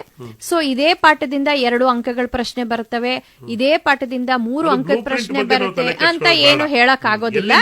ಹೌದು, 8 ಪಾಠಗಳು ಕೂಡ ಬಹಳ ಮುಖ್ಯವಾದಂತಹ ಪಾಠಗಳೇ. ಸೊ ಅಲ್ಲಿ ಏನು ಪ್ರಶ್ನೆಗಳು ಕೊಟ್ಟಿರ್ತಾರೆ ಪೂರಕ ಪಠ್ಯ ಅಡಿಷನಲ್ ಸಪ್ಲಿಮೆಂಟರಿ ರೀಡಿಂಗ್ ಅಲ್ಲೂ ಕೂಡ ಮಕ್ಕಳೇ ಇದ್ರ ಬಗ್ಗೆನೂ ಕೂಡ ಕನ್ಫ್ಯೂಷನ್ ಇಟ್ಕೊಳ್ಬೇಡಿ. ಯಾವ್ದಾದ್ರೂ 2 ಪಾಠಗಳನ್ನ ಓದಿದ್ರೆ ಸಾಕು ಅಂತ ಭಾವಿಸ್ಕೊಳ್ಬೇಡಿ. ಯಾಕೆಂತಂದ್ರೆ 1ನೇ ಪಾಠಕ್ಕೆ 4ನೇ ಪಾಠ ಚಾಯ್ಸ್ ಆಗಿರ್ಬಹುದು, ಅಥವಾ 2ನೇ ಪಾಠಕ್ಕೆ 3ನೇ ಪಾಠ ಚಾಯ್ಸ್ ಆಗಿರ್ಬಹುದು, ಅಥವಾ 2, 4 ಆಗಿರ್ಬಹುದು, 1, 3 ಆಗಿರ್ಬಹುದು. ಸೊ ಆದ್ರಿಂದ ನೀವು ಈ ಪಾಠದ ಮುಖ್ಯಾಂಶಗಳನ್ನ ತಿಳ್ಕೊಂಡ್ರೆ ಅಲ್ಲಿ ಬಹಳ ಸುಲಭವಾಗಿರೋ ಪ್ರಶ್ನೆಗಳೇ ಬರ್ತವೆ. ಆದ್ರಿಂದ 2 ಅಂಕಗಳದ್ದು 2 ಪ್ರಶ್ನೆ ಬರೋದು ಅಲ್ಲಿ. ಸೊ ಆದ್ರಿಂದ ನೀವು ತುಂಬಾ ತಲೆ ಕೆಡಿಸ್ಕೊಂಡು ಓದ್ಬೇಕಾಗಿರೋ ಅವಶ್ಯಕತೆ ಏನಿಲ್ಲ. ಗಾಬರಿ ಬೀಳ್ಬೇಡಿ. ನೀವು ಸಮಾಧಾನವಾಗಿ ನೀಟಾಗಿ ನಿಮ್ಗೆ ಎಷ್ಟು ನೆನಪಾಗುತ್ತೋ ಆ ಪಾಠಕ್ಕೆ ಸಂಬಂಧಪಟ್ಟ ಹಾಗೆ ಏನಾದ್ರೂ ಒಂದು ವಿಷಯನ ನೀವು ಬರಿಬೇಕು, ಪ್ರೆಸೆಂಟ್ ಮಾಡಿ. ಮತ್ತೆ ಇನ್ನೊಂದು ವಿಷಯ ಏನಂತ ಹೇಳಿದ್ರೆ, ನಿಮ್ಗೆ ನೆನಪಿಸಕ್ ಏನ್ ಇಷ್ಟಪಡ್ತಾ ಇದ್ದೀನಿ ಅಂದ್ರೆ, ನಾನು ನಿನ್ನೆ ಕೆಲವು ವಿದ್ಯಾರ್ಥಿಗಳನ್ನ ಕಾಂಟ್ಯಾಕ್ಟ್ ಮಾಡಿದಾಗ ಕೆಲವರು ಫಸ್ಟ್ ಲ್ಯಾಂಗ್ವೇಜ್ ಕನ್ನಡ ಪ್ರಥಮ ಭಾಷೆ ಕನ್ನಡ ಮೊದಲನೇ ಪರೀಕ್ಷೆ ಆಗಿದೆ ಅಂತ ಅನ್ಕೊಂಬಿಟ್ಟಿದ್ದಾರೆ. ದಯಮಾಡಿ ಇನ್ನೊಂದ್ಸರಿ ಟೈಮ್ ಟೇಬಲ್ ನ ನೋಡಿ. 25ನೇ ತಾರೀಕು ದ್ವಿತೀಯ ಭಾಷೆ ಇಂಗ್ಲಿಷ್ ಪರೀಕ್ಷೆಯಿಂದ ಪ್ರಾರಂಭ ಆಗ್ತಾ ಇದೆ. ಇದನ್ನ ನೀವು ಗಮನದಲ್ಲಿಡಿ. ದ್ವಿತೀಯ ಭಾಷೆ ಇಂಗ್ಲಿಷ್. ಮತ್ತೊಮ್ಮೆ ಅವ್ರಿಗೆ ಹೇಳೋದಾದ್ರೆ 25ನೇ ತಾರೀಕು ದ್ವಿತೀಯ ಭಾಷೆ ಅದು ಇಂಗ್ಲಿಷ್ ಆಗಿರ್ಬೋದು ಅಥವಾ ಬೇರೆ ಇರಬಹುದು, ಬಟ್ ದ್ವಿತೀಯ ಭಾಷೆ ಇಂಗ್ಲಿಷ್ ಅಂತ ಅನ್ಕೊಳ್ಳೋಣ. 27ನೇ ತಾರೀಕು ಗಣಿತ ಇದೆ, 29ನೇ ತಾರೀಕು ವಿಜ್ಞಾನ, 1ನೇ ತಾರೀಕು ಸಮಾಜ ವಿಜ್ಞಾನ, 2ನೇ ತಾರೀಕು ಪ್ರಥಮ ಭಾಷೆ ಕನ್ನಡ ಅಥವಾ ಅವರ ಚಾಯ್ಸ್ ಇಂಗ್ಲಿಷ್ ಇರುತ್ತೆ, ಕೆಲವರಿಗೆ ಸಂಸ್ಕೃತ ಇರುತ್ತೆ. ಇನ್ನು ತೃತೀಯ ಭಾಷೆ 3ನೇ ತಾರೀಕಿದೆ. ಕೆಲವರಿಗೆ ಹಿಂದಿ ಇರಬಹುದು, ಕೆಲವರು ಕನ್ನಡ, ಸಂಸ್ಕೃತ ಫಸ್ಟ್ ಲ್ಯಾಂಗ್ವೇಜ್ ನವರಿಗೆ ಆತರ. ಸೊ ಆ ರೀತಿಯಲ್ಲಿ ನಾವು ತಗೊಳ್ಬಹುದು. ಈಗ ಒಂದು ಕರೆ ತಗೊಂಡ್ಬಿಟ್ಟು ಕಾರ್ಯಕ್ರಮ ಮುಂದುವರ್ಸೋಣ. ಹಲೋ, ನಮಸ್ಕಾರ. ನಮಸ್ಕಾರ ಸರ್. ತಮ್ಮ ಹೆಸರು? ನಾನು ಇಲ್ವಾಲ ಚಿಕ್ಕೇಗೌಡ ಅಂತ ಸರ್. ಚಿಕ್ಕೇಗೌಡ್ರಿಗೆ ನಮಸ್ಕಾರ, ಕಾರ್ಯಕ್ರಮಕ್ಕೆ ಸ್ವಾಗತ. ಹೇಳಿ. ಈಗ ಮೇಡಮ್ಗಳು ಹೇಳ್ತಾ ಇದಾರಲ್ಲ ಸರ್, ಇವ್ರು ಹೇಳ್ತಾ ಇದಾರಲ್ಲ ಇಂಥದೇ ಬರ್ತದೆ ಅಂತ. ಮತ್ತೆ ಹುಡುಗರನ್ನೇ ಆಚೆ ಇಂಥದೇ ಬರುತ್ತೆ ಅಂತ ಯಾಕೆ ಪ್ರೆಷರ್ ಕೊಟ್ಟು ಅವ್ರ ಹತ್ರ ಅಲ್ಲೇ ಪಾಠ ಮಾಡಿ ಎಲ್ಲ ಇದ್ ಮಾಡಿ 100% ತರ್ಬೋದಲ್ಲ ಸರ್ ರಿಸಲ್ಟ್ ಅನ್ನ? ಈಗ ಪಾಠದಲ್ಲಿ ಇರೋದು ಹೀಗಿದೆ, ಇದರಿಂದ ಪ್ರಶ್ನೆಗಳು ಬರಬಹುದು ಅಂತ ಹೇಳ್ತಾ ಇದ್ದಾರೆ ವಿನಃ ಇದೇ ಪ್ರಶ್ನೆ ಬಂದಿದೆ ಬರ್ಕಳಿ ಅಂತ ಏನ್ ಹೇಳಿಲ್ಲ ಅವರು. ಇದು ಪ್ರಶ್ನೆ ಪೇಪರ್ ಓಪನ್ ಮಾಡ್ಕೊಟ್ಟಂಗ ಆಗ್ಬಿಡತ್ತಲ್ವ ಚಿಕ್ಕೇಗೌಡ್ರೆ? ಕರೆ ಮಾಡಿದಕ್ಕೆ ಹಂಗಲ್ಲ ಸರ್. ಈಗ ಹೇಳಿದ್ರಲ್ಲ ಮೇಡಮ್, ಅವ್ರು 100ಕ್ಕೆ 100 ತಕ ಬರ್ಬೋದಲ್ಲ ಸರ್? ಪ್ರಯತ್ನ ಮಾಡಿದ್ರೆ 100ಕ್ಕೆ 100 ಬರುತ್ತೆ. ಅವರು ಯಾಕೆ ಮತ್ತೆ ಕಷ್ಟ ಪಡ್ಬೇಕು ಸರ್ ರಿಸಲ್ಟ್? ಚಿಕ್ಕೇಗೌಡ್ರೆ, ಅಲ್ಲಿ ಪ್ರತಿಯೊಂದು ಸ್ಟೂಡೆಂಟ್ಸ್ಗೂ ಅವ್ರ ಟೀಚರ್ಸ್ ಇದನ್ನೇ ಹೇಳ್ಕೊಟ್ಟಿರ್ತಾರೆ. ಮಕ್ಕಳು ಎಫರ್ಟ್ ಹಾಕಿ ಅದನ್ನ ಓದ್ಬೇಕಷ್ಟೇ. ಅದು ಮಕ್ಕಳು ಓದ್ಲಿಲ್ಲ ಅಂದ್ರೆ ಕಷ್ಟ ಆಗುತ್ತೆ. ಇದು ಪ್ರತಿಯೊಂದು ಟೀಚರು ಹೇಳ್ಕೊಟ್ಟಿರ್ತಾರೆ ಅದನ್ನ. ಆತಂಕ ಏನು ಅಂದ್ರೆ, ಕ್ವಶನ್ ಪೇಪರ್ ಇಷ್ಟು ಸುಲಭ ಇದೆ, ಪ್ಯಾಟರ್ನ್ ಹೇಳಿದ್ದೀರಿ, ಪಾಠದಲ್ಲಿ ಎಲ್ಲ ಮಾಡಿಸಿದ್ದೀರಿ, ಪದ್ಯಗಳು ಓದ್ಕೊಂಡ್ರೆ ಆಲ್ಮೋಸ್ಟ್ 50% ಬಂದೇ ಬಿಡುತ್ತೆ ಸರ್. ಇಲ್ಲಿ ಇಲ್ವಾಲಾ ಶಾಲೆಯಲ್ಲಿ, ಪಡವಾರಾಳಿ ಶಾಲೆಯಲ್ಲೂ ಅಷ್ಟೇ, ಇದು ನಮ್ಮ ಸರ್ಕಾರಿ ಶಾಲೆಯಲ್ಲಿ ಇಂಗ್ಲಿಷ್ ಭಾಷೆಯಲ್ಲಿ 100ಕ್ಕೆ 100 ತೆಗ್ದಿರಂತ ವಿದ್ಯಾರ್ಥಿಗಳು ಇದ್ದಾರೆ. ಕಳೆದ ವರ್ಷ, ಆಚೆ ವರ್ಷ, 2 ವರ್ಷ, 3 ವರ್ಷದಿಂದನೂ ಮಕ್ಕಳು 100ಕ್ಕೆ 100 ತೆಗ್ದಿರ್ತಕ್ಕಂಥ ನಿದರ್ಶನಗಳು ಇವೆ. ಹೌದು, ಮಕ್ಕಳ ಶ್ರಮ ಇದೆ ಅದರಲ್ಲಿ. ಹಲೋ, ನಮಸ್ಕಾರ. I'm from Nirmala High School. Okay, may I know your name? My name is Ananya. Ananya, could you please ask a question? My question is, in the main, use the word in a sentence as a verb or a noun. If we change the form of the word, will you give the marks? Ananya, if they have asked the noun form to frame a sentence, you have to use that word in the noun form. Ma'am, for example, use the word cheat as a noun in a sentence. Yes. If we frame the sentence as the cheater always cheat, will they give the marks? Cheater, there is no word like cheater in English, Ananya. Cheat itself is a noun. You can use cheat as it is. I'll tell you one example. He is a cheat, so he cheats me. So he is a cheat is a noun form. He cheats me is a verb form. So cheat has to be used. Okay, ma'am. Okay. Thank you. You can add yes if it is in third person. He cheats me. Hello. Hello. Namaste, sir. Namaste. ನಿಮ್ಮ ಹೆಸರು? ನನ್ನ ಹೆಸರು ಸೌಂದರ್ಯ ಅಂತ. ಸೌಂದರ್ಯ, ಎಲ್ಲಿಂದ ಅಮ್ಮ? ನಾನು ಸರ್ಕಾರಿ ಪ್ರೌಢಶಾಲೆ ಹೂಟಗಳಿಂದ ಮಾತಾಡ್ತಾರೆ. ಪ್ರಶ್ನೆ ಕೇಳ್ತೀಯ ಮಗು? ಹಾ ಸರ್. ಹಾ. ಮ್ಯಾಮ್ 4 ಮಾರ್ಕ್ಸ್ ಕ್ವಶನ್ 1 ಬರುತ್ತೆ ಅಲ್ವಾ ಮ್ಯಾಮ್? ಹೌದು. ಅದು ಯಾವ ಲೆಸನ್ಗೆ ನಾವು ಜಾಸ್ತಿ ಇಂಪಾರ್ಟೆಂಟ್ ಕೊಟ್ಟು ಓದ್ಕೋಬೇಕು ಮ್ಯಾಮ್? 4 ಅಂಕದ ಪ್ರಶ್ನೆಗಳು ನಿಮಗೆ ಪೊಯೆಟ್ರಿ ವಿಭಾಗದಿಂದ ಮಾತ್ರ ಬರೋದು ಮಗು. ಸೌಂದರ್ಯ. ಹಾ ಮ್ಯಾಮ್. ನಮ್ಗೆ ಪ್ರೋಸ್ ವಿಭಾಗದಿಂದ 4 ಅಂಕದ ಪ್ರಶ್ನೆಗಳು ಈ ಬಾರಿ ಇಲ್ಲ. ಆಯ್ತಾ? Okay, ma'am. ಪೊಯೆಟ್ರಿ ವಿಭಾಗದಿಂದ grandma climbs a tree ಇಂದ ಹಿಡಿದು ಕೊನೆ ಪದ್ಯದವರೆಗೂ ನಾನು ಈಗಾಗಲೇ ಹೇಳದ್ನಲ್ಲ, quality of mercy, blind boy ಎರಡನ್ನ ಬಿಟ್ಟು ಉಳಿದ ಪದ್ಯಗಳ ಸಮ್ಮರಿಯಿಂದ ಯಾವುದಾದ್ರೂ ಸಮ್ಮರಿ ಬರ್ಬಹುದು. ಅದು 4 ಅಂಕದ ಪ್ರಶ್ನೆ ಕೂಡ ಆಗಿರುತ್ತೆ. ಪ್ರೋಸ್ ವಿಭಾಗದಿಂದ 4 ಅಂಕದ ಪ್ರಶ್ನೆಗಳು ಇಲ್ಲ. Thank you ma'am. ಧನ್ಯವಾದಗಳು. ಇನ್ನೊಂದು ಕರೆ ಬರ್ತಾ ಇದೆ. ಹಲೋ. ಹಲೋ, ನಮಸ್ತೆ. ನಮಸ್ತೆ. ನಿಮ್ಮ ಹೆಸರು ಹೇಳಿ. ಸಿಂಚನ ಅಂತ, ಎಲ್ಲಿಂದ ಸಿಂಚನ? ಮಡವಿನಹಳ್ಳಿ, ಸರ್ಕಾರಿ ಪ್ರೌಢಶಾಲೆ ಮಡವಿನಹಳ್ಳಿ. ಓಕೆ, ಪ್ರಶ್ನೆ ಕೇಳ್ತೀಯ ಮಗು? ಹೌದು ಸರ್. ಕೇಳಮ್ಮ. ಟೀಚರ್ಸ್ ಎಸ್ಸೆ ಟೈಪ್ ಅಲ್ಲಿ ಯಾವ ರೀತಿ ಪ್ರಬಂಧ ಕೊಡ್ಬೋದು? ಕರೆಂಟ್ ಅಫೇರ್ಸ್ ಇರುತ್ತೆ ಮಗು. ಹಾ ಮೇಡಮ್. ಜೊತೆಗೆ ಈಗ ಹಳೆ ಪ್ರಶ್ನೆ ಪತ್ರಿಕೆಗಳನ್ನ ನೋಡಿ. ಎಷ್ಟೊಂದು ಪ್ರಶ್ನೆ ಪತ್ರಿಕೆಗಳು ಈಗಾಗಲೇ ನೋಡಿದ್ಯಾ ಅಲ್ವಾ ಮಗು ನೀನು ಸಿಂಚನ? ನಿನಗೆ ಇದು ಪ್ರಿಪರೇಟರಿ ಎಕ್ಸಾಮ್ಸ್ ಅಲ್ಲೂ ಕೂಡ ಎಷ್ಟೊಂದು ಪೇಪರ್ಸ್ ಆಗಿರ್ಬೋದು. ಮೈಸೂರು ಜಿಲ್ಲೆಯಿಂದ ಒಂದು 5-6 ಪ್ರಶ್ನೆ ಪತ್ರಿಕೆಗಳನ್ನ ಬಿಟ್ಟಿದೀವಿ. ಆಗ್ಲೇ ನಮ್ಗೆ ಒಂದು 20-25 ಟಾಪಿಕ್ಸ್ ಬಗ್ಗೆ ಅಲ್ಲಿ ಎಸ್ಸೆಗಳಿದೆ. ಸೊ ನೀನ್ ಅದನ್ನೆಲ್ಲ ಒಂದ್ ಸ್ವಲ್ಪ ಹಿಂಗ್ ನೋಡ್ಕೊಂಡ್ರೆ, ಪುನರ್ಮನನ ಮಾಡ್ಕೊಂಡ್ರೆ ಸಾಕು ಅಂತ ನಾನಾದ್ರೂ ಭಾವಿಸ್ತಾ ಇದ್ದೀನಿ. ಅಲ್ಲಿ ನಿನ್ಗೆ ಪಾಪ್ಯುಲೇಷನ್ ಎಕ್ಸ್ಪ್ಲೋಷನ್ ಬಗ್ಗೆ ಕೊಡ್ಬೋದು, ಇಲ್ಲ mobile phones, advantage and disadvantage of mobile phones ಕೊಡ್ಬೋದು, importance of sports, national festivals, ಮತ್ತೆ ಪೊಲ್ಯೂಷನ್. ಪೊಲ್ಯೂಷನ್ ಅಲ್ಲೂ they may ask as air pollution, noise pollution separate ಆಗಿ ಕೇಳ್ಬೋದು, ಇಲ್ಲ ಜನರಲ್ ಆಗಿ ಪೊಲ್ಯೂಷನ್ ಅಂತ ಕೇಳ್ಬೋದು. ಜೊತೆಗೆ ಏನ್ ಕೊಟ್ರು ಬರೀಲಿಕ್ಕೆ ನೀವು ಸಿದ್ಧ ಆಗಿರಿ. ಅದೇನ್ ಬಹಳ ವಿಶೇಷ ಜನರಲ್ ಅಲ್ಲ, ಟಾಪಿಕ್ಸ್ ನಿಮ್ಗೆ ಇರುತ್ತೆ. ಗೊತ್ತಿರೋದೇ ಆಗಿರುತ್ತೆ. ಇನ್ನೊಂದು ಕರೆ ಇದೆ, ತಗೊಳ್ಳೋಣ. ಹಲೋ. ಹಲೋ, ನಮಸ್ಕಾರ. ಆದಿತ್ಯ ಅಂತ ಸರ್. ಎಲ್ಲಿಂದ ಆದಿತ್ಯ? ಹೊಸಮುಗಳಿಗೆರೆಯಿಂದ. ಓಕೆ, ಪ್ರಶ್ನೆ ಕೇಳ್ತೀಯ ಮಗು? ಹ್ಞೂ ಸರ್. Hello ma'am. ಹೇಳಪ್ಪ. ಮ್ಯಾಮ್, ಲ್ಯಾಂಗ್ವೇಜ್ ಫಂಕ್ಷನ್ ಹೆಂಗ್ ಮಾಡೋದು? ಲ್ಯಾಂಗ್ವೇಜ್ ಫಂಕ್ಷನ್ ಹೆಂಗ್ ಮಾಡೋದು ಅಂದ್ರೆ, ಲೈಕ್ ನಿನ್ಗೀಗ ಕಮ್ಯುನಿಕೇಶನ್ ಮಾಡ್ತಿರ್ತೀಯ ಅಲ್ವಾ? ಈಗ ನೀನ್ ಕೇಳ್ದೆ could you please lend me your pen ಅಂತ ಕೇಳಿದಾಗ ನೀನ್ ಏನ್ ಮಾಡ್ತಾ ಇದೀಯ ಅಲ್ಲಿ? You are requesting. That is the language function. Aditya, language function ಅಂದ್ರೆ ಏನು? ದಿನನಿತ್ಯ ನಾವು ಮಾತನಾಡುವ ಶೈಲಿ ಅಷ್ಟೇ. ಪ್ರಶ್ನೆ ಕೇಳ್ತೀವಿ, ಉತ್ತರ ಹೇಳ್ತೀವಿ ಅಲ್ವಾ? ರಿಕ್ವೆಸ್ಟ್ ಮಾಡ್ಕೊಳ್ತೀವಿ, ಹೌದಲ್ವಾ? ಹೆಲ್ಪ್ ಮಾಡ್ತೀವಿ. ಹಾಗೆ ಎಷ್ಟೊಂದು ವಿಧವಾದಂತ ಕಾನ್ವರ್ಸೇಷನ್ ಮಾಡ್ತೀವಿ ನೋಡು ಪ್ರತಿನಿತ್ಯ. ಅದರಲ್ಲಿ ನಾವು ಬಳಸ್ತಕ್ಕಂತಹ ಏನು ಪೊಲೈಟ್ ಫಾರ್ಮ್ಸ್ ಇದೆ, ಮಾಡೆಲ್ಸ್, ಅದನ್ನೇ ಲ್ಯಾಂಗ್ವೇಜ್ ಫಂಕ್ಷನ್ಸ್ ಅಂತ ಕರಿತೀವಿ. ಅದು ರಿಕ್ವೆಸ್ಟಿಂಗ್ ಆಗಿರ್ಬೋದು, ಅಥವಾ ಕ್ವೆಶ್ಚನಿಂಗ್ ಆಗಿರ್ಬೋದು, ಅಥವಾ ಆಸ್ಕಿಂಗ್ ಪರ್ಮಿಷನ್ ಇರ್ಬೋದು. ಈಗ ನಿನ್ ಮ್ಯಾಮ್ಗೆ ಪರ್ಮಿಷನ್ ಕೇಳ್ತೀಯ, ಮೇ ಐ ಕಮ್ ಇನ್ ಅಂತ ಹೇಳ್ಬಹುದು. ಸೊ ಈ ರೀತಿ ದಿನನಿತ್ಯ ಬಳಸುವಂತ ಲ್ಯಾಂಗ್ವೇಜ್ ನೇ ಫಂಕ್ಷನ್. ಅಲ್ಲಿ ಪ್ರಶ್ನೆ ಇರುತ್ತಾ? 1 ಮಾರ್ಕ್ ಕ್ವೆಶ್ಚನ್ ಇರುತ್ತೆ ಸರ್. ಗ್ರಾಮರ್ ಏನ್ ಬರಿಬೇಕು? ಅಲ್ಲಿ ಆಪ್ಷನ್ ಇರುತ್ತೆ ಸರ್. ಇದ್ರಲ್ಲಿ 4 ಆಪ್ಷನ್ ಕೊಟ್ಟಿರ್ತಾರೆ. ಈಗ ಒಂದು ಕಾನ್ವರ್ಸೇಷನ್ ಕೊಟ್ಟಿರ್ತಾರೆ. ಆ ಕಾನ್ವರ್ಸೇಷನ್ ಅಲ್ಲಿ ಒಂದು ಲೈನ್ ಅಂಡರ್ಲೈನ್ ಮಾಡ್ಬಿಟ್ಟು ಇದು ಯಾವ ಲ್ಯಾಂಗ್ವೇಜ್ ಫಂಕ್ಷನ್ ಅಂತ ಕೇಳ್ತಾರೆ. ಐಡೆಂಟಿಫೈ ದ ಲ್ಯಾಂಗ್ವೇಜ್ ಫಂಕ್ಷನ್ ಅಂತ. Please give me a pen ಅಂತ ಕೊಟ್ಟಿರಬಹುದು. Please give me request, order, ಹೌದು, ಕಮಾಂಡಿಂಗ್ ಅಂತ ಬರಿಬೇಕು. ಸರಿ. ಇನ್ನೊಂದು ಪ್ರಶ್ನೆ ಇದೆ. ಹಲೋ. ಹಲೋ, ಹೇಳಮ್ಮ. ಹಾಜಿರಾ ಅಂತ. ಓಕೆ, ಎಲ್ಲಿಂದ? ಕೌಲಂದರಿಂದ. ಓಕೆ, ಪ್ರಶ್ನೆ ಕೇಳ್ತೀಯ ಮಗು? Yes sir. Please. Ma'am, the lead of tempest memorisation ಗೆ ಇದೆಯಲ್ಲ ಮ್ಯಾಮ್, ಬರೀ ನಾವು ಕ್ವಾಲಿಟಿ ಆಫ್ ಮರ್ಸಿ ಮತ್ತೆ ಬ್ಲೈಂಡ್ ಬಾಯ್ನೇ ಕಲಿಬೇಕಾ ಮ್ಯಾಮ್? ಇದ್ರ ಬಗ್ಗೆ ಒಂದು ಕ್ಲಾರಿಫಿಕೇಶನ್ ಕೊಡಕ್ ಇಷ್ಟಪಡ್ತೀನಿ. ಈಗಾಗಲೇ ನಾವು 3 ಪದ್ಯ ಇಲ್ಲಿ ಮೆಮೊರೈಸೇಷನ್ ಇದ್ರೂ ಕೂಡ DSART ಅವರ ಒಂದು ಸಂಯೋಗದಲ್ಲಿ ಅವರ ಒಂದು ಕಮಿಟಿ ಏನಿದೆ, ಟೆಕ್ಸ್ಟ್ ಬುಕ್ ಕಮಿಟಿ, ಇದರಿಂದ 2 ಪದ್ಯಗಳನ್ನ ಮಾತ್ರ ಮೆಮೊರೈಸೇಷನ್ಗೆ ಸಾಕು ಅಂತ ತೀರ್ಮಾನ ಮಾಡಲಾಗಿದೆ. ಬ್ಯಾಲೆಡ್ ಆಫ್ ದ ಟೆಂಪೆಸ್ಟ್ ಮತ್ತೆ ಇತರ ಪದ್ಯಗಳಿಂದನೂ ನಿಮ್ಗೆ 2 ಅಂಕಗಳ ಪ್ರಶ್ನೆ, ಎಕ್ಸ್ಟ್ರಾಕ್ಟ್ಸ್ ಬಂದೇ ಬರುತ್ತೆ ಮಗು. ಸೊ ಹಾಗಾಗಿ ನೀವು ಆ ಕಡೆ ಕಾನ್ಸಂಟ್ರೇಟ್ ಮಾಡಬಹುದು. ಹೌದು. ಓಕೆ, ಹಾಜಿರ ಮತ್ತೆ ಯಾರು ಪ್ರಶ್ನೆ ಇದೆಯಮ್ಮ? ಸಪ್ಲಿಮೆಂಟ್ ಇಂದ ಎಕ್ಸ್ಟ್ರಾಕ್ಟ್ ಬರಲ್ವಾ ಸರ್? ಇಲ್ಲ, ಅದು ಸಪ್ಲಿಮೆಂಟರಿ ರೀಡಿಂಗ್ ಇಂದ ಬರೀ 2 ಮಾರ್ಕ್ಸ್ ಕ್ವೆಶ್ಚನ್ಸ್ ಅಷ್ಟೇ ಬರೋದು. 2 ಅಂಕಗಳದು 2 ಪ್ರಶ್ನೆಗಳು ಮಾತ್ರ. ಓಕೆ, ಧನ್ಯವಾದಗಳು. ಇನ್ನೊಂದು ಕರೆ ಇದೆ, ತಗೊಳ್ಳೋಣಂತೆ. ಹಲೋ. ಹಲೋ. ನಮಸ್ಕಾರ, ಹೇಳಿ. ನನ್ನ ಹೆಸರು ರಾಘವೇಂದ್ರ ಅಂತ, ನಾನು ಮದ್ದೂರು ಹೆಮ್ನಹಳ್ಳಿಯಿಂದ ಮಾತಾಡ್ತಾ ಇದ್ದೀನಿ. ರಾಘವೇಂದ್ರ ಅವರು, ಪ್ರಶ್ನೆ ಕೇಳ್ತೀರಾ? ನಮಸ್ಕಾರ. ನಮಸ್ತೆ. ಸರ್, ಈಗ SSLC ಎಕ್ಸಾಮ್ಗೆ ಓದ್ಕೊಳಕ್ಕೆ ಇದು ಚಂದನ ಮತ್ತೆ ಆಕಾಶವಾಣಿಲಿ ಒಳ್ಳೊಳ್ಳೆ ಪ್ರೋಗ್ರಾಮ್ಸ್ ಕೊಡ್ತೀರಾ ನೀವು ಮಕ್ಕಳಿಗೆ? ನೀವು ಪ್ರಶ್ನೆ ಏನು ಗೊತ್ತಾಗ್ತಾ ಇಲ್ಲ. ಮೊಬೈಲ್ ಇಂಟರ್ನೆಟ್ ಅಲ್ಲಿ ನೋಡ್ತಾರಲ್ಲ SSLC ಎಕ್ಸಾಮ್ ಪ್ರಿಪೇರ್ಗೆ, ಅದ್ರ ಅವಶ್ಯಕತೆ ಇದೆಯಾ? ಮಿಡ್ಲ್ ಕ್ಲಾಸ್ ಕೆಲವರಲ್ಲಿ ಮೊಬೈಲ್ ಇರಲ್ಲ, ಅವಾಗ ನಾವು ದೂರದರ್ಶನ, ಆಕಾಶವಾಣಿ ಮತ್ತೆ ನೋಟ್ಸ್ ಅನ್ನೇ ಓದ್ಕೊಂಡು ಪ್ರಿಪೇರ್ ಆಗ್ಬೋದಾ ಅಂತ ಕೇಳಿದ್ವಿ ಸರ್. ಬೇಕಾದಷ್ಟಾಗತ್ತೆ. ಒಂದು. ಎರಡನೇದು, ಆಕಾಶವಾಣಿಯಲ್ಲಿ ಬೆಳಗ್ಗೆ 10 ಗಂಟೆಯಿಂದ ಮಂಡೇ ಟು ಫ್ರೈಡೆ ಅಂದ್ರೆ ಸೋಮವಾರದಿಂದ ಶುಕ್ರವಾರದವರೆಗೆ ಬೆಂಗಳೂರಿಂದಾನು ಪ್ರಸಾರ ಆಗ್ತಾ ಇದೆ.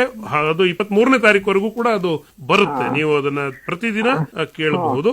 ಆಕಾಶವಾಣಿಯಲ್ಲಿ ನಮ್ಮ ಫೋನ್ ಇನ್ ಕಾರ್ಯಕ್ರಮನೂ ಇದೆ, ಮತ್ತೆ ಬೇರೆ ಬೇರೆ ಆಕಾಶವಾಣಿಯವರು ಮಾಡ್ತಾ ಇದ್ದಾರೆ. ನೀವು ಅವರ ಆಪ್ಗಳು ಇದ್ದಾವೆ, ನಿಮ್ಮ ಮೊಬೈಲ್ ಅಲ್ಲೋ ಅಥವಾ ರೇಡಿಯೋದಲ್ಲೋ ಬಂದೇ ಬರುತ್ತೆ. ಅದೇ ಸರ್, ಕೆಲವರಲ್ಲಿ ಮೊಬೈಲ್ ಇರಲ್ವಲ್ಲ. ಈಗ ಬೇಡ ಬಿಡಿ, ಮೊಬೈಲ್ ಬೇಡ, ರೇಡಿಯೋ ಅಂತೂ ಇರ್ತದೆ ಅಕ್ಕಪಕ್ಕದಲ್ಲಿ.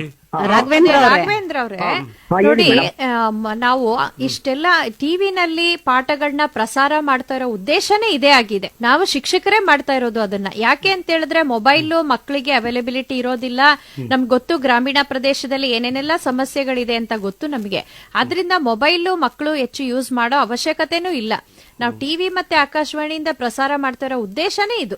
ಮಕ್ಕಳು ಅದನ್ನ ಕಂಪ್ಯೂಟರ್ ಅಕ್ಸೆಸ್ ಇದ್ರೆ ಮಾಡ್ಬೇಕು ನಿಮಗೆ ಅಂತ ಹೇಳಿ. ಸಿಕ್ಕುತ್ತೆ.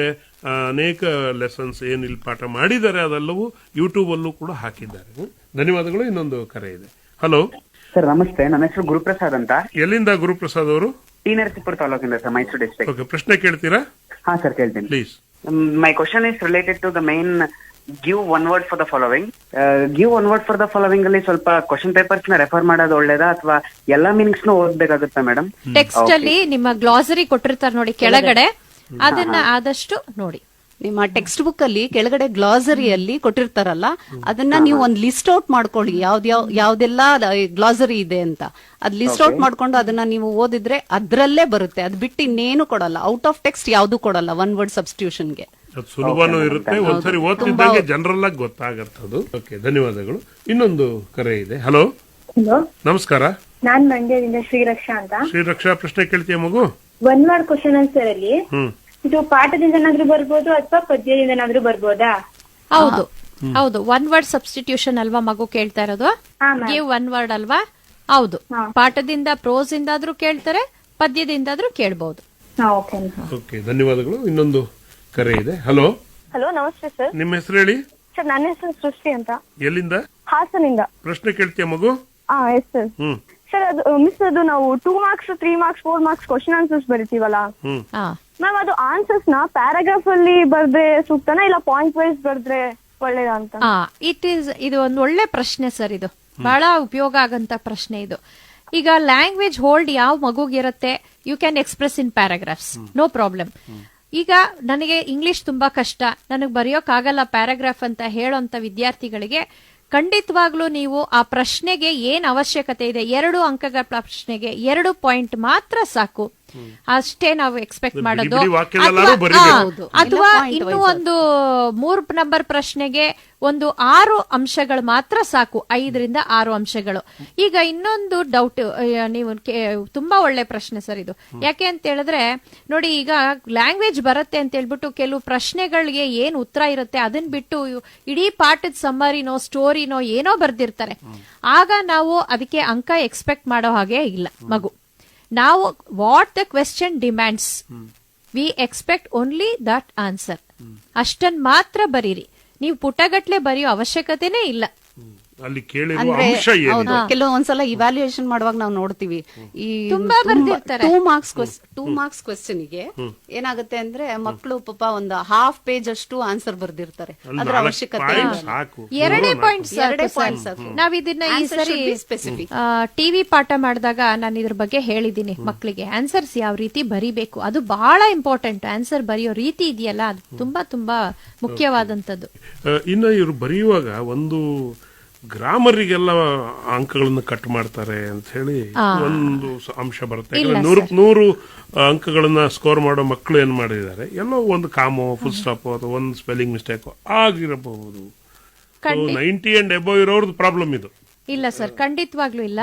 ನಾವು ಗ್ರಾಮರು, ಲ್ಯಾಂಗ್ವೇಜ್ ಎಬಿಲಿಟಿಯನ್ನ ನೋಡ್ತಕ್ಕಂಥದ್ದು ಒಂದೇ ಒಂದು ಪ್ರಶ್ನೆ ಆಗಿರುತ್ತೆ, ಅದು ಎಸ್ಸೆ ರೈಟಿಂಗ್ ಅಲ್ಲಿ ಮತ್ತೆ ಲೆಟರ್ ರೈಟಿಂಗ್ ಅಲ್ಲಿ ನೋಡ್ತೀವಿ. ಅಷ್ಟೇ ಬಿಟ್ರೆ ನಾವು ಇಲ್ಲಿ 2 ಮಾರ್ಕ್ಸ್ ಆನ್ಸರ್ಸ್ ಅಲ್ಲಿ, 3 ಮಾರ್ಕ್ಸ್ ಆನ್ಸರ್ಸ್ ಅಲ್ಲಿ, 4 ಮಾರ್ಕ್ಸ್ ಸಮ್ಮರಿಯಲ್ಲಿ ಏನ್ ನೋಡ್ತೀವಿ, ಕಾಂಟೆಂಟ್ ನೋಡ್ತೀವಿ. ಅಲ್ಲಿ ರೆಲೆವೆನ್ಸಿ ನೋಡ್ತೀವಿ ಅಷ್ಟೇ. ಆ ಪ್ರಶ್ನೆಗೆ ಸಂಬಂಧಪಟ್ಟ ಹಾಗೆ ಮಗು ಉತ್ತರ ಬರ್ದಿದ್ಯಾ, ಮಗುಗೆ ಅರ್ಥ ಆಗಿದ್ಯಾ, ಕಾಂಪ್ರಿಹೆಂಡ್ ಆಗಿದ್ಯಾ, ಟೆಕ್ಸ್ಟ್ ಕಾಂಪ್ರಿಹೆಂಡ್ ಮಾಡ್ಕೊಂಡು ಆ ಮಗು ಆ ಪ್ರಶ್ನೆಗೆ ತಕ್ಕ ಹಾಗೆ ಪಾಯಿಂಟ್ ಇದೆಯಾ ಅಂತ ಹುಡುಕ್ಬಿಟ್ಟು ನಾವು ಎಷ್ಟೋ ಸರಿ ಮಗು ತುಂಬಾ ಏನೋ ಬರ್ದಿರುತ್ತೆ, ಬಟ್ ನಾವು ಆ ಪಾಯಿಂಟ್ಸ್ ಇದೆಯಾ ಅಂತ ಹುಡುಕಿ ಅಂಡರ್ಲೈನ್ ಮಾಡಿ ಟಿಕ್ ಮಾಡಿ ನಾವು ಮಾರ್ಕ್ಸ್ ಕೊಟ್ಟಿರ್ತೀವಿ. ಸೊ ಅದರಿಂದ ಇಲ್ಲಿ ಗ್ರಾಮರ್ಗೆ ಕಾಮಾ ಫುಲ್ ಸ್ಟಾಪ್ಗೆ ನಾವು ಮಾರ್ಕ್ಸ್ ಕಟ್ ಮಾಡ್ತೀವಿ ಅನ್ನೋ ವಿಷಯ ಇಲ್ಲ. ಲ್ಯಾಂಗ್ವೇಜ್ ಟೆಸ್ಟಿಂಗ್ ಕ್ವೆಶ್ಚನ್ ಅಲ್ಲಿ ಮಾತ್ರ ನಾವು ಅದನ್ನ ಪರಿಗಣಿಸ್ತೀವಿ. ಹಲೋ ಹಲೋ ನಮಸ್ತೆ, ನಿಮ್ಮ ಹೆಸರು ಹೇಳಿ. ಚಂದನ ಅಂತ, ಎಲ್ಲಿಂದ? ಸ್ಕೂಲ್ ಸಿದ್ಧಾರ್ಥ ನಿವಾಸ್, ಮೈಸೂರು. ಓಕೆ, ಪ್ರಶ್ನೆ ಕೇಳ್ತೀಯ ಚಂದನ? ಇದು ನನ್ನ ಪ್ರಶ್ನೆ ಬಂದು, ನನಗೆ ರಿಪೋರ್ಟೆಡ್ ಸ್ಪೀಚ್ ಯಾವ ಟೈಪ್ ಕೊಡ್ತೀರಾ ಮ್ಯಾಮ್? ರಿಪೋರ್ಟೆಡ್ ಸ್ಪೀಚ್ ಗೆ ಸಂಬಂಧಪಟ್ಟ reported speech Chandana, they will be given A conversation, ಒಂದು ಕಾನ್ವರ್ಸೇಷನ್ ಕೊಟ್ಟಿರ್ತಾರೆ. ಆ ಕಾನ್ವರ್ಸೇಷನ್ 2 ಲೈನ್ ಕಾನ್ವರ್ಸೇಷನ್ ಇರುತ್ತೆ, ಮತ್ತೆ ಅದರಲ್ಲಿ ಒಂದು ಸೆಂಟೆನ್ಸ್ ಮಾತ್ರ ಅಂಡರ್ಲೈನ್ ಮಾಡಿರ್ತಾರೆ ನೀವು. So the underline sentence should be presented as reported speech ಅಷ್ಟೇ. ಸರಿ ಮ್ಯಾಮ್. ಅಂದ್ರೆ ಈಗ ಒಂದು ಎಕ್ಸಾಂಪಲ್ ಕೊಡ್ತೀರಾ ಮ್ಯಾಮ್? ಒಂದು ಎಕ್ಸಾಂಪಲ್ ಕೊಡ್ತೀನಿ ನಿನ್ಗೆ. ಫಾರ್ ಎಕ್ಸಾಂಪಲ್, ಅದು ಎಷ್ಟನೇ ನಂಬರ್ ಕ್ವಶನ್? ಅದು ರಿಪೋರ್ಟೆಡ್ ಸ್ಪೀಚ್ ಆಕ್ಚುಲಿ ಇದು ಗ್ರಾಮರ್ ಮತ್ತೆ ವೊಕ್ಯಾಬ್ಲರಿ ಬಂದು ಕ್ವೆಶ್ಚನ್ ನಂಬರ್ 1 to 16 ಇಂದ ಇರುತ್ತೆ. ಸೊ ಆ 1 to 16 ಅಲ್ಲಿ ಯಾವ್ದಾದ್ರೂ ಆಗಿರ್ಬೋದು ರಿಪೋರ್ಟೆಡ್ ಸ್ಪೀಚ್ ಕ್ವೆಶ್ಚನ್. ಒಂದು ಎಕ್ಸಾಂಪಲ್ ಹೇಳ್ತೀನಿ. There is a conversation between Sharath and Madhu. Sharath says, "Hello Madhu, what did you buy yesterday?" Madhu replies, "I bought a new dress." So ಈಗ ಇಲ್ಲಿ Madhu dialogue "I bought a new dress" ಅನ್ನೋದನ್ನ underline ಮಾಡಿರ್ತಾರೆ. ಆಗ ನೀವು ಮಾಡಬೇಕಾಗಿರೋ reported speech ಏನು ಅಂದ್ರೆ, Madhu replied that he bought a new dress. ಅಲ್ಲಿ ಬಾಟ್ ಇರೋದ್ರಿಂದ ಪರ್ಫೆಕ್ಟ್ ಟೆನ್ಸ್ ಬರಬೇಕಾಗತ್ತೆ. ಈ ಹ್ಯಾಡ್ ಬಾಟ್ ಅಂತ ಹೇಳಿ ಅದನ್ನ ಮಾಡಬೇಕಾಗತ್ತೆ. ಹಾಗಾಗಿ ಟೆನ್ಸ್ ಮತ್ತೆ ವಾಯ್ಸ್ ಏನಿದೆ ಅದಕ್ಕೆ ಸಂಬಂಧಪಟ್ಟ ಪ್ರಶ್ನೆಗಳಿಗೆ ಬಹಳ ವಿಶೇಷವಾಗಿ ಗ್ರಾಮರ್ ಸಂಬಂಧಪಟ್ಟ ಪ್ರಶ್ನೆಗಳಿಗೆ ಟೆನ್ಸ್ ಅನ್ನು ನೀವು ನೋಡ್ಲೇಬೇಕಾಗತ್ತೆ. ಆ ಎರಡನೇ ಸೆಂಟೆನ್ಸ್ ಅಂಡರ್ಲೈನ್ ಮಾಡಿರೋದು ಇದೆಯಲ್ಲ, I bought a new dress ಇರೋದು ಪಾಸ್ಟ್ ಟೆನ್ಸ್ ಇದೆ, ಅದು ಪರ್ಫೆಕ್ಟ್ ಟೆನ್ಸ್ ಆಗಬೇಕು. ಈ had bought a new dress ಆಗಬೇಕು. Madhu replied that he had bought a new dress. ಆತರ ಎಷ್ಟು ಮಾರ್ಕ್ಸ್ ಎಷ್ಟು ಕ್ವಶನ್ಸ್ ಪೊಯಿಟ್ರಿಯಿಂದ ಬರುತ್ತೆ ಮತ್ತೆ ಪ್ರೋಸ್ ಇಂದ ಬರುತ್ತೆ ಅಂತ ಮ್ಯಾಮ್ ಎಕ್ಸ್ಟ್ರಾಕ್ಟ್? ಪ್ರೋಸ್ ಇಂದ 3 ಪ್ರಶ್ನೆಗಳು, ಪೊಯೆಟ್ರಿಯಿಂದ ಒಂದೇ ಒಂದು ಎಕ್ಸ್ಟ್ರಾಕ್ಟ್. ಸರಿ ಮ್ಯಾಮ್. ಓಕೆ, ಧನ್ಯವಾದಗಳು. Thank you. ಇನ್ನೊಂದು ಹಲೋ. ಹಲೋ ನಮಸ್ಕಾರ. ಹಲೋ ನಮಸ್ತೆ ಸರ್. ತಮ್ಮ ಹೆಸರು? ವರ್ಷಿತಾ ಅಂತ. ಓಕೆ, ಪ್ರಶ್ನೆ ಕೇಳ್ತೀಯಾ ವರ್ಷಿತಾ? ಮ್ಯಾಮ್ 4 ಮಾರ್ಕ್ಸ್ ಗೆ ಗ್ರ್ಯಾಂಡ್ ಮಾರ್ಕ್ ಲೈನ್ ಸೆಟ್ ಎಲ್ಲಿ ಬರುತ್ತೆ ಅಂತ ಹೇಳಿದೀರಾ? ಅಂದ್ರೆ ಗ್ರ್ಯಾಂಡ್ ಮಾರ್ಕ್ ಇದೆಯಾ ಅಂತ. ಗ್ರ್ಯಾಂಡ್ ಮಾರ್ಕ್ ಕ್ಲೈಮ್ ಟ್ರೀನೇ ಬರುತ್ತೆ ಅಂತಲ್ಲ ಹೇಳಿದ್ದು ನಾನು. 6 ಪದ್ಯಗಳು. 4 ಮಾರ್ಕ್ಸ್ ಗೆ, ಬಟ್ ಆದ್ರೆ ಅದು 3 ಮಾರ್ಕ್ಸ್ ಬರುತ್ತಾ? ಹೌದು, ಬರ್ಬಹುದು, ಚಾನ್ಸಸ್ ಇದೆ. ಅದಕ್ಕೆ ನಾನು ಹೇಳಿದ್ದು ಮೊದಲು, ನೀವು ಪೊಯೆಟ್ರಿ ವಿಭಾಗದಲ್ಲಿ ಮಾರ್ಕ್ಸ್ ಸ್ಕೋರ್ ಮಾಡೋದು ಬಹಳ ಸುಲಭ. 6 ಪದ್ಯಗಳದ್ದು ಸಮ್ಮರಿ ಏನಾದ್ರೂ ಕಲ್ತ್ಕೊಂಡ್ಬಿಟ್ರೆ ನೀವು 3 ನಂಬರ್ಗೂ ಬರಿಬಹುದು, ಅದನ್ನ 4 ನಂಬರ್ಗೂ ಬರಿಬಹುದು. ಓಕೆ, ಹಾಗಾಗಿ ಗಾಬರಿ ಬೀಳೋದು ಬೇಡ. ಸೊ ಯು ಕ್ಯಾನ್ ಬಹಳ easy sir. Second language English paper pass ಮಾಡೋದೇನು ಅಷ್ಟೇನ್ ಕಷ್ಟವೇ ಅಲ್ವೇ ಅಲ್ಲ. ಧೈರ್ಯವಾಗಿ ಬರಿಬೇಕಷ್ಟೇ. ಇನ್ನೊಂದು ಕರೆ ಇದೆ. ಹಲೋ. ಹಲೋ, ನಮಸ್ಕಾರ ಸರ್. ನಮಸ್ಕಾರ. ನಿಮ್ ಹೆಸರು ಹೇಳಿ. ಸರ್ ನಾಗರಾಜ್ ಅಂತ, ಇಲ್ಲಿ ಕಲಬುರಗಿಯಿಂದ ಮಾಡ್ತಿದ್ದೀವಿ. ಹೇಳ್ರಿ ನಾಗರಾಜ್ ಅವರೇ. ಸರ್, ಅದು ಮೇಡಮ್ ಅವರಿಗೆ ಒಂದು ಕ್ವಶನ್ ಕೇಳಬೇಕು. ಕೇಳ್ರಿ, ಇದ್ದಾರೆ ಮೇಡಮ್. ಅದು ಪಿಕ್ಚೋರಿಯಲ್ ರೈಟಿಂಗ್ ಬಗ್ಗೆ ಹೆಂಗ್ ಪಾಯಿಂಟ್ಸ್ ಬರೀಬೇಕು ಅಂತ ಹೇಳಿ.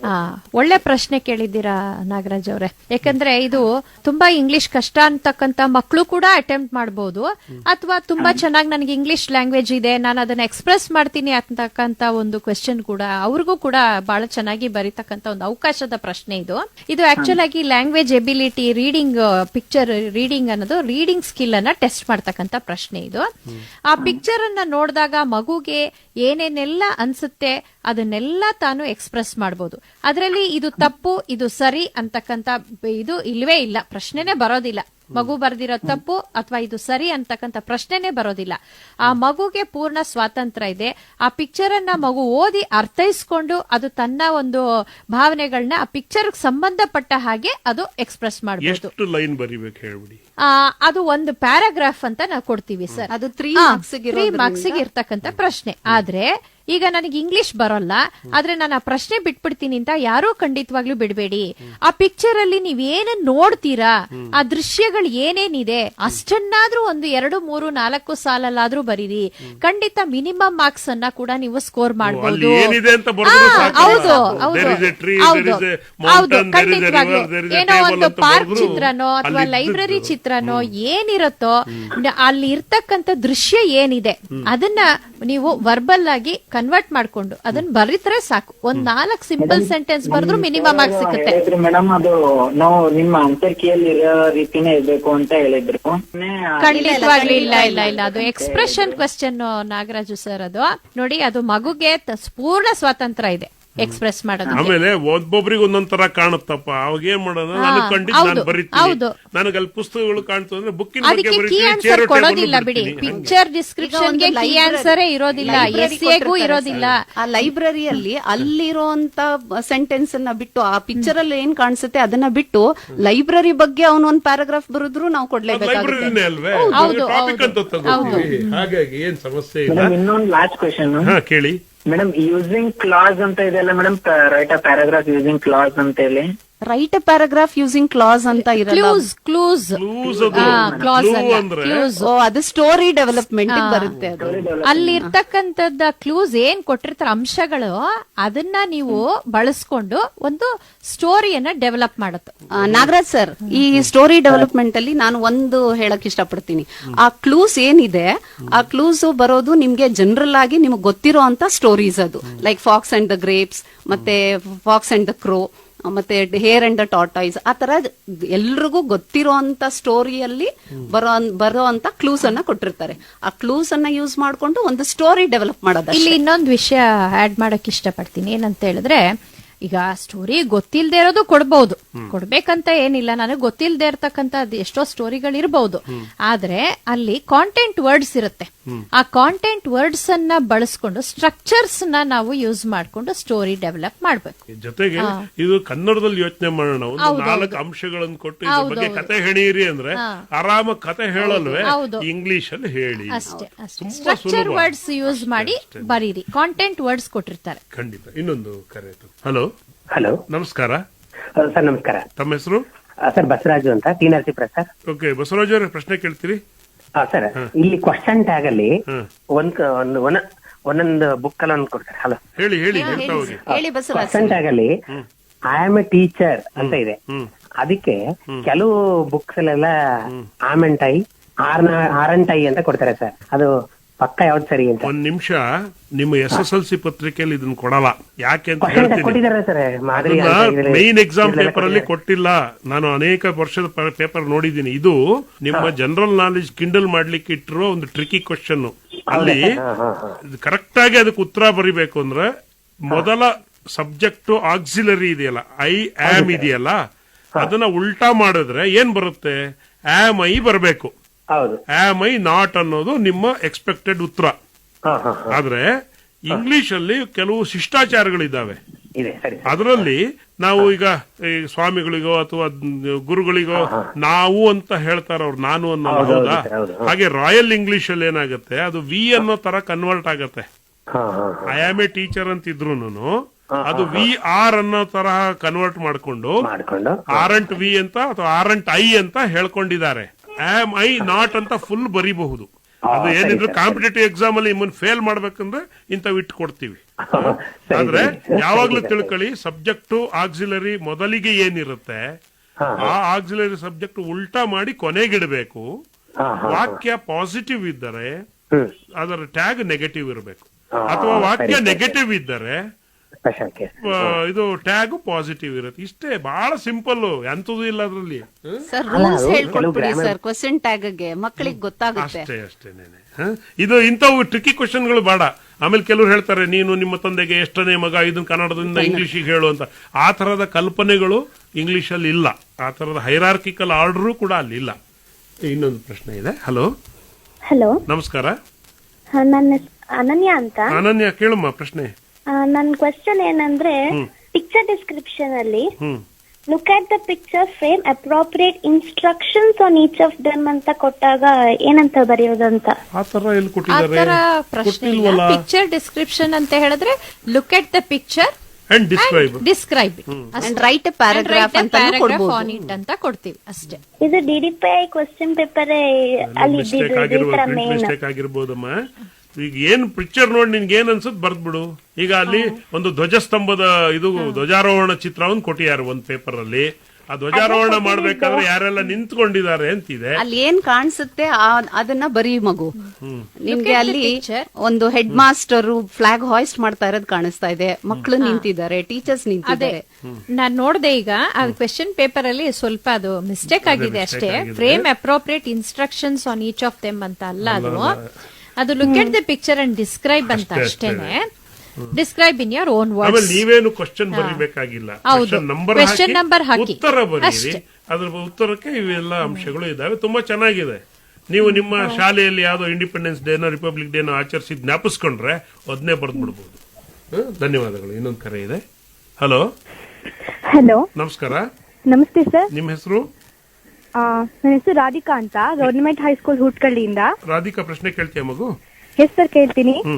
ಮ್ಯಾಮ್, ನನ್ನ ಕ್ವಶನ್ ಏನಂದ್ರೆ, ಮ್ಯಾಮ್ ಒನ್ ವರ್ಡ್ ಆನ್ಸರ್ ಅಲ್ಲಿ ಮ್ಯಾಮ್ ಒಂದು ಕ್ವಶನ್ ಬರುತ್ತೆ, frame a question to get underline word as answer ಅಂತ. ಮ್ಯಾಮ್ ಅದನ್ನ ಹೇಗೆ ಮಾಡೋದು ಅಂತ ಸ್ವಲ್ಪ ಹೇಳ್ಕೊಡ್ತೀರಾ? ಫ್ರೇಮಿಂಗ್ ಕ್ವಶನ್ ಹೇಳು ಪುಟ. ಹಾ ಮ್ಯಾಮ್, ಒಂದು example, Raju give 3 pencils to his younger brother ಅಂತ ಇದೆ. ಮ್ಯಾಮ್ ಇದನ್ನ ಹೇಗೆ ಮಾಡೋದು ಅಂತ. ಅಂಡರ್ಲೈನ್ ಮಾಡಿರೋದು ಯಾವ್ದು ವರ್ಡ್ ಅಂಡರ್ಲೈನ್ ಮಾಡಿರ್ತಾರಲ್ಲ? ಅಂಡರ್ಲೈನ್ 3 ಅಂಡರ್ಲೈನ್ ಮಾಡಿದ್ದಾರೆ. 3 ಅನ್ನೋದಕ್ಕೆ ಅಬ್ಜೆಕ್ಟಿವ್ ಅಲ್ವಾ? 3 ಸಂಕೇತನೇ ಅದು. 3. ಹಾ ಸರ್. 3 ಅನ್ನೋದಕ್ಕೆ ಇಂಗ್ಲಿಷ್ ಅಲ್ಲಿ ಕ್ವಶನ್ ವರ್ಡ್ ಏನು? ಹಲೋ, ಈ 3 ಅನ್ನೋ ಆನ್ಸರ್ ಬರ್ಬೇಕು ಅಂದ್ರೆ ನೀನ್ ಏನ್ ಕ್ವಶನ್ ಫ್ರೇಮ್ ಮಾಡಿ ಏನ್ ಕ್ವಶನ್ ಕೇಳ್ತೀಯಾ? ಹೌ ಮೆನಿ ಅಂತ ಅದೇ ಕ್ವಶನ್, ಫ್ರೇಮಿಂಗ್ ಕ್ವಶನ್ ಅದೇ. WH ಕ್ವೆಶ್ಚನ್ಸ್ ನ ಮನಸ್ಸಲ್ಲಿ ಇಟ್ಕೊಳ್ಬೇಕು. ಫ್ರೇಮಿಂಗ್ ಕ್ವೆಶ್ಚನ್ಸ್ ಅಲ್ಲಿ ಅಂಡರ್ಲೈನ್ ಮಾಡಿರ್ತಕ್ಕಂತ ಪದ ಏನಾಗಿದೆ, ಇವೆಂಟ್, ಡೇಟ್, ಇಯರ್, ಏನ್ ಪ್ಲೇಸ್, ಏನು ಅಂತ ನೋಡ್ಕೊಳ್ಬೇಕು. ನೋಡ್ಕೊಂಡು WH ಕ್ವೆಶ್ಚನ್ ಯಾವ್ದು ಸೂಟಬಲ್ ಆಗಿದೆ ಆ WH ಕ್ವೆಶ್ಚನ್ ವರ್ಡ್ ಇಂದಾನೇ ಶುರು ಆಗ್ಬೇಕು. ಈಗ ನೀವು ಹೇಳಿದಲ್ಲ ಮಗು 3 ಅಂತ. 3 ಅಂದ್ರೆ ಹೌ ಮೆನಿ ಅಂತ ಕ್ವೆಶ್ಚನ್ ಕೇಳ್ತೀಯ. ಅದೇ ತೂಕ ಆಗಿದ್ರೆ ಹೌ ಮಚ್ ಆಗ್ತಿತ್ತು ಅಲ್ವಾ? ಹಂಗೆ. ಇನ್ನೊಂದು ಕರೆ ಇದೆ. ಹಲೋ ಹಲೋ, ನಮಸ್ಕಾರ. ನಮಸ್ಕಾರ ಸರ್. ನಿಮ್ಮ ಹೆಸರು ಹೇಳಿ? ಶ್ವೇತಾ ಅಂತ, GHS ಸೂಟ್ಕಡಿ ಮೈಸೂರಿಂದ. ಶ್ವೇತಾ, ಪ್ರಶ್ನೆ ಕೇಳ್ತೀಯ ಮಗು? ಹಾ ಸರ್. ಮ್ಯಾಮ್, ಈಗ ಒಂದ್ ಪಾರ್ಟ್ ಇಂದ 4 marks ಕ್ವಶನ್ ಬರುತ್ತೆ. ಅದೇ 4 marks ಕ್ವಶನ್ ಇಂದ ಬೇರೆ ಕ್ವಶನ್ 2 marks ಅವರ 3 marks ಕ್ವಶನ್ ಬರುತ್ತೆ ಮ್ಯಾಮ್? ಇಲ್ಲ, ರಿಪೀಟ್ ಆಗಲ್ಲ ಮಗು. ನಿಮ್ಗೆ ಇವಾಗ 4 marks ಕ್ವೆಶ್ಚನ್ ಯಾವ್ದಾದ್ರು ಒಂದು ಕ್ವೆಶ್ಚನ್ ಕೊಟ್ರೆ ಅದು 2 marksಗೆ ಅದೇ ಪಾಠದಿಂದ 2 marks ಅಥವಾ 3 marks ಕ್ವೆಶ್ಚನ್ ಬರೋದು ಚಾನ್ಸಸ್ ಕಡಿಮೆ. ಅಕಸ್ಮಾತ್ ಬಂದ್ರೆ ತೊಂದ್ರೆ ಏನು, ಒಂದ್ 4ಕ್ಕೆ ಬರೀತೀರ ಅಂತ ಅದ್ರಲ್ಲಿ ಇನ್ನೊಂದ್ 2 ಬರೆದ್ರೆ ಆಯ್ತಪ್ಪ. ಸುಲಭ ಸಾಧ್ಯತೆಗಳಿಗೆ ಇಲ್ಲ, ಬರಲ್ಲ. ಬಂದರ್ರಿ ಹಿಂಗೆ ಮಿಸ್ಟೇಕ್ ಆಯ್ತು ಒಂತಪ್ಪ ಬರ್ಲಿ. ಹಲೋ. ಹಲೋ, ಹೇಳಿ. ಹಲೋ ಸರ್, ನಮಸ್ತೆ. My name is Kusuma L. Okay. I am studying in Butchappa Convent High School. Okay. From Mysuru. Okay. Sir, my question is about profile writing. How to write the profile writing, sir? Very good question Kusuma. ಏನು ಅಂತ ಹೇಳಿದ್ರೆ, ಈ profile writing you have to write it in a paragraph. Write a paragraph using the clues, using the given profile ಅಂತ ಒಂದು question ಇರತ್ತಲ್ವಾ. ಈಗ ಈ profile ಅಲ್ಲಿ ಏನೇನ್ ಅಂಶಗಳಿದೆ, ಏನೇನ್ ಪಾಯಿಂಟ್ಸ್ ಇರುತ್ತೆ, you can use those points and write it in a paragraph. Even if you write that much, you will be getting full marks. Suppose if you know extra information about that personality where the profile is given, or about a person whom you know, then you can add extra information. If you do not know, don't worry. Use the clues which has been given in the question paper and write a neat paragraph about it. That's all. Okay, thank you. ಇನ್ನೊಂದು ಕರೆ ಬರ್ತಾ ಇದೆ. Hello, ನಮಸ್ಕಾರ sir. ನನ್ನ ಹೆಸರು ಶರತ್ ಅಂತ, ಚಾಮರಾಜನಗರದಿಂದ. Okay ಶರತ್, ಪ್ರಶ್ನೆ ಕೇಳ್ತೀರಾ? ಹಾ ಸರ್. ಅಫಿಷಿಯಲ್ ಲೆಟರ್ ಬರೀತೀವಲ್ಲ ಮ್ಯಾಮ್, ಲೆಟರ್ ರೈಟಿಂಗು, ಹೌದು. ಅದರಲ್ಲಿ ಹೊರ ವಿಳಾಸ ಬರಿಬೇಕಂತ. ಅವು ಕೊಟ್ಟಿರ್ತಾರಲ್ಲ ಅವರೇ. ನೋಡಿ, ಲೆಟರ್ ರೈಟಿಂಗ್ ಅಲ್ಲಿ ಒಂದು ಒಳ್ಳೆ ಪ್ರಶ್ನೆ ಇದು. ಒಂದು ಕ್ಲಾರಿಫಿಕೇಶನ್ ಕೊಡಕ್ ಇಷ್ಟಪಡ್ತೀನಿ. ನೋಡಿ, ಲೆಟರ್ ರೈಟಿಂಗ್ ಕ್ವೆಶ್ಚನ್ ಅಲ್ಲೇ ನಿಮ್ಗೆ to address, from address, subject ಎಲ್ಲ ಇರುತ್ತೆ. ಏನೇನ್ ಬರಿಬೇಕು ಎಲ್ಲಾ ವಿಷಯಗಳು ಅಲ್ಲೇ ಇರುತ್ತೆ. ನೀವಾಗಿ ಸ್ವಂತವಾಗಿ ಏನೂ ಬರೀತಕ್ಕಂಥದ್ದು ಏನೂ ಇರಲ್ಲ ಅಲ್ಲಿ. Body of the letter frame of sentence, framing sentence ಅಷ್ಟೇ ಹೊರತು ಅಲ್ಲೇ ಯಾವ್ದು ಅದಕ್ಕೂ ವಿಷಯನೇ ಅಲ್ಲೇ ಕೊಟ್ಬಿಟ್ಟಿರ್ತಾರೆ ಲೆಟರ್ ರೈಟಿಂಗ್ ಅಲ್ಲೇನೆ. ಈಗ ನೀನು ಶರತ್ ಅಂತ ಹೇಳ್ಬಿಟ್ಟು ನಿನ್ನ ಅಡ್ರೆಸ್ ಬರೆಯೋದಾಗ್ಲಿ ಅಲ್ಲ. ಇಮ್ಯಾಜಿನ್ ಅಂತ ಹೇಳ್ಬಿಟ್ಟು, for example, imagine you are Sujata or Sachin studying in a government high school ಅಥವಾ ಯಾವ್ದೋ ಒಂದು ಸ್ಕೂಲ್ ಹೆಸರು, ಅಥವಾ ರಿಸೈಡಿಂಗ್ ಅಂತ ಹೇಳ್ಬಿಟ್ಟು ಡೋರ್ ನಂಬರ್ ಕೊಟ್ಟು ಅಡ್ರೆಸ್ ಕೊಟ್ಟಿರ್ಬೋದು. ಅದು ಅಫಿಷಿಯಲ್ ಲೆಟರ್ಗೂ ಫ್ರಮ್ ಅಡ್ರೆಸ್ ಆಗತ್ತೆ, ಹಾಗೆ ಪರ್ಸನಲ್ ಲೆಟರ್ಗೂ ಕೂಡ ಫ್ರಮ್ ಅಡ್ರೆಸ್ ಆಗಿರತ್ತೆ. ಇದನ್ನ ಮಕ್ಕಳು ತುಂಬಾ ಕನ್ಫ್ಯೂಸ್ ಮಾಡ್ಕೋತಾರೆ. ಇದನ್ನ ನಾವು ಸಾಕಷ್ಟು ಬಾರಿ ವ್ಯಾಲ್ಯೂಯೇಷನ್ ಮಾಡುವಾಗ ನೋಡಿರ್ತೀವಿ. ಈಗ ಅವ್ರು ಇಮ್ಯಾಜಿನ್ ಅಂತ ಹೇಳ್ಬಿಟ್ಟು ಮೇಲ್ ಕೊಟ್ಟಿರ್ತಾರೆ, ಕೆಳಗಡೆ ಫಸ್ಟ್ ಪರ್ಸನಲ್ ಲೆಟರ್ ಬಂದಿರಬಹುದು, ಸೆಕೆಂಡ್ ಚಾಯ್ಸ್ಗೆ ಅಫಿಷಿಯಲ್ ಲೆಟರ್ ಬಂದಿರಬಹುದು, ಅಥವಾ ಫಸ್ಟ್ ಅಫಿಷಿಯಲ್ ಲೆಟರ್ ಕೊಟ್ಟಿರ್ಬೋದು, ಚಾಯ್ಸ್ಗೆ ಪರ್ಸನಲ್ ಲೆಟರ್ ಕೊಟ್ಟಿರ್ಬೋದು. ಆದ್ರೆ ಇದು ಎರಡಕ್ಕೂ ಮಕ್ಕಳ ವಿದ್ಯಾರ್ಥಿಗಳೇ ಇದೊಂದು ಗಮನದಲ್ಲಿಟ್ಕೊಳ್ಳಿ. ನಿಮ್ಗೆ ಲೆಟರ್ ರೈಟಿಂಗ್ ಅಲ್ಲಿ ಏನ್ ಇಮ್ಯಾಜಿನ್ ಅಂತ ಹೇಳಿ ಅಲ್ಲಿ ಕೊಟ್ಟಿರ್ತಾರೋ ಅದೇ ಫ್ರಮ್ ಅಡ್ರೆಸ್, ಟು ಅಡ್ರೆಸ್ ಎರಡೂ ಲೆಟರ್ಗೂ ಅದೇ ಆಗಿರುತ್ತೆ. ನೀವು ಅದನ್ನೇ ಬರಿಬೇಕು, ನಿಮ್ಮ ಸ್ವಂತದನ್ನ ಬರಿಬೇಡಿ. ಕನ್ಫ್ಯೂಸ್ ಮಾಡ್ಕೊಂಡು ಮೊದಲನೇ ಲೆಟರ್ ಮಾತ್ರ ಇದು ಫ್ರಮ್ ಅಡ್ರೆಸ್, ಎರಡನೇ ಚಾಯ್ಸ್ಗೆ ಅದಲ್ಲ ಅಂತ ಭಾವಿಸ್ಕೋಬೇಡಿ. ಎರಡಕ್ಕೂ ಅದೇ ಆಗಿರತ್ತೆ, ನೀವು ಅಲ್ಲಿರೋದನ್ನೇ ಬರಿಬೇಕು. ಮತ್ತೆ ಇನ್ನೊಂದು ಕ್ಲಾರಿಫಿಕೇಶನ್ ಕೊಡಕ್ ಇಷ್ಟಪಡ್ತೀನಿ. ಇಲ್ಲಿ ಲೆಟರ್ ರೈಟಿಂಗ್ ಅಲ್ಲಿ ಏನ್ ಮಾಡ್ತಾರೆ ಅಂತಂದ್ರೆ, ಪ್ಯಾಟರ್ನ್ ಫಾಲೋ ಮಾಡುವಾಗ ಕೆಲವರು left hand side, right hand side, ಈಗ ಕನ್ನಡದಲ್ಲಿ date to place right hand side ಬರೀತಿರ್ತಾರೆ, ಮತ್ತೆ ಸಬ್ಸ್ಕ್ರಿಪ್ಷನ್ ಅದು ರೈಟ್ ಹ್ಯಾಂಡ್ ಸೈಡ್ ಬರೀತಿರ್ತಾರೆ. ಸೊ ಇದನ್ನೆಲ್ಲ ಏನ್ ಮಾಡ್ತಾರೆ, ಅದನ್ನ ಇಂಗ್ಲಿಷ್ ಅಲ್ಲೂ ಫಾಲೋ ಮಾಡಕ್ ನೋಡ್ತಾರೆ. ಸೊ ಬಟ್ ಇದಕ್ಕೆ ಕರೆಕ್ಟ್ ಮೆಥಡ್ ನೀವು ನಿಮ್ಮ ಟೆಕ್ಸ್ಟ್ ಬುಕ್ ಅಲ್ಲಿ ಪೇಜ್ ನಂಬರ್ 36 ಅಲ್ಲಿ ಕೊಟ್ಟಿದ್ದಾರೆ. ಅದೆಲ್ಲ ಲೆಫ್ಟ್ ಹ್ಯಾಂಡ್ ಸೈಡೇ ಬರಬೇಕು, ಅದು ಅಫಿಷಿಯಲ್ ಲೆಟರ್ ಅಲ್ಲಿ.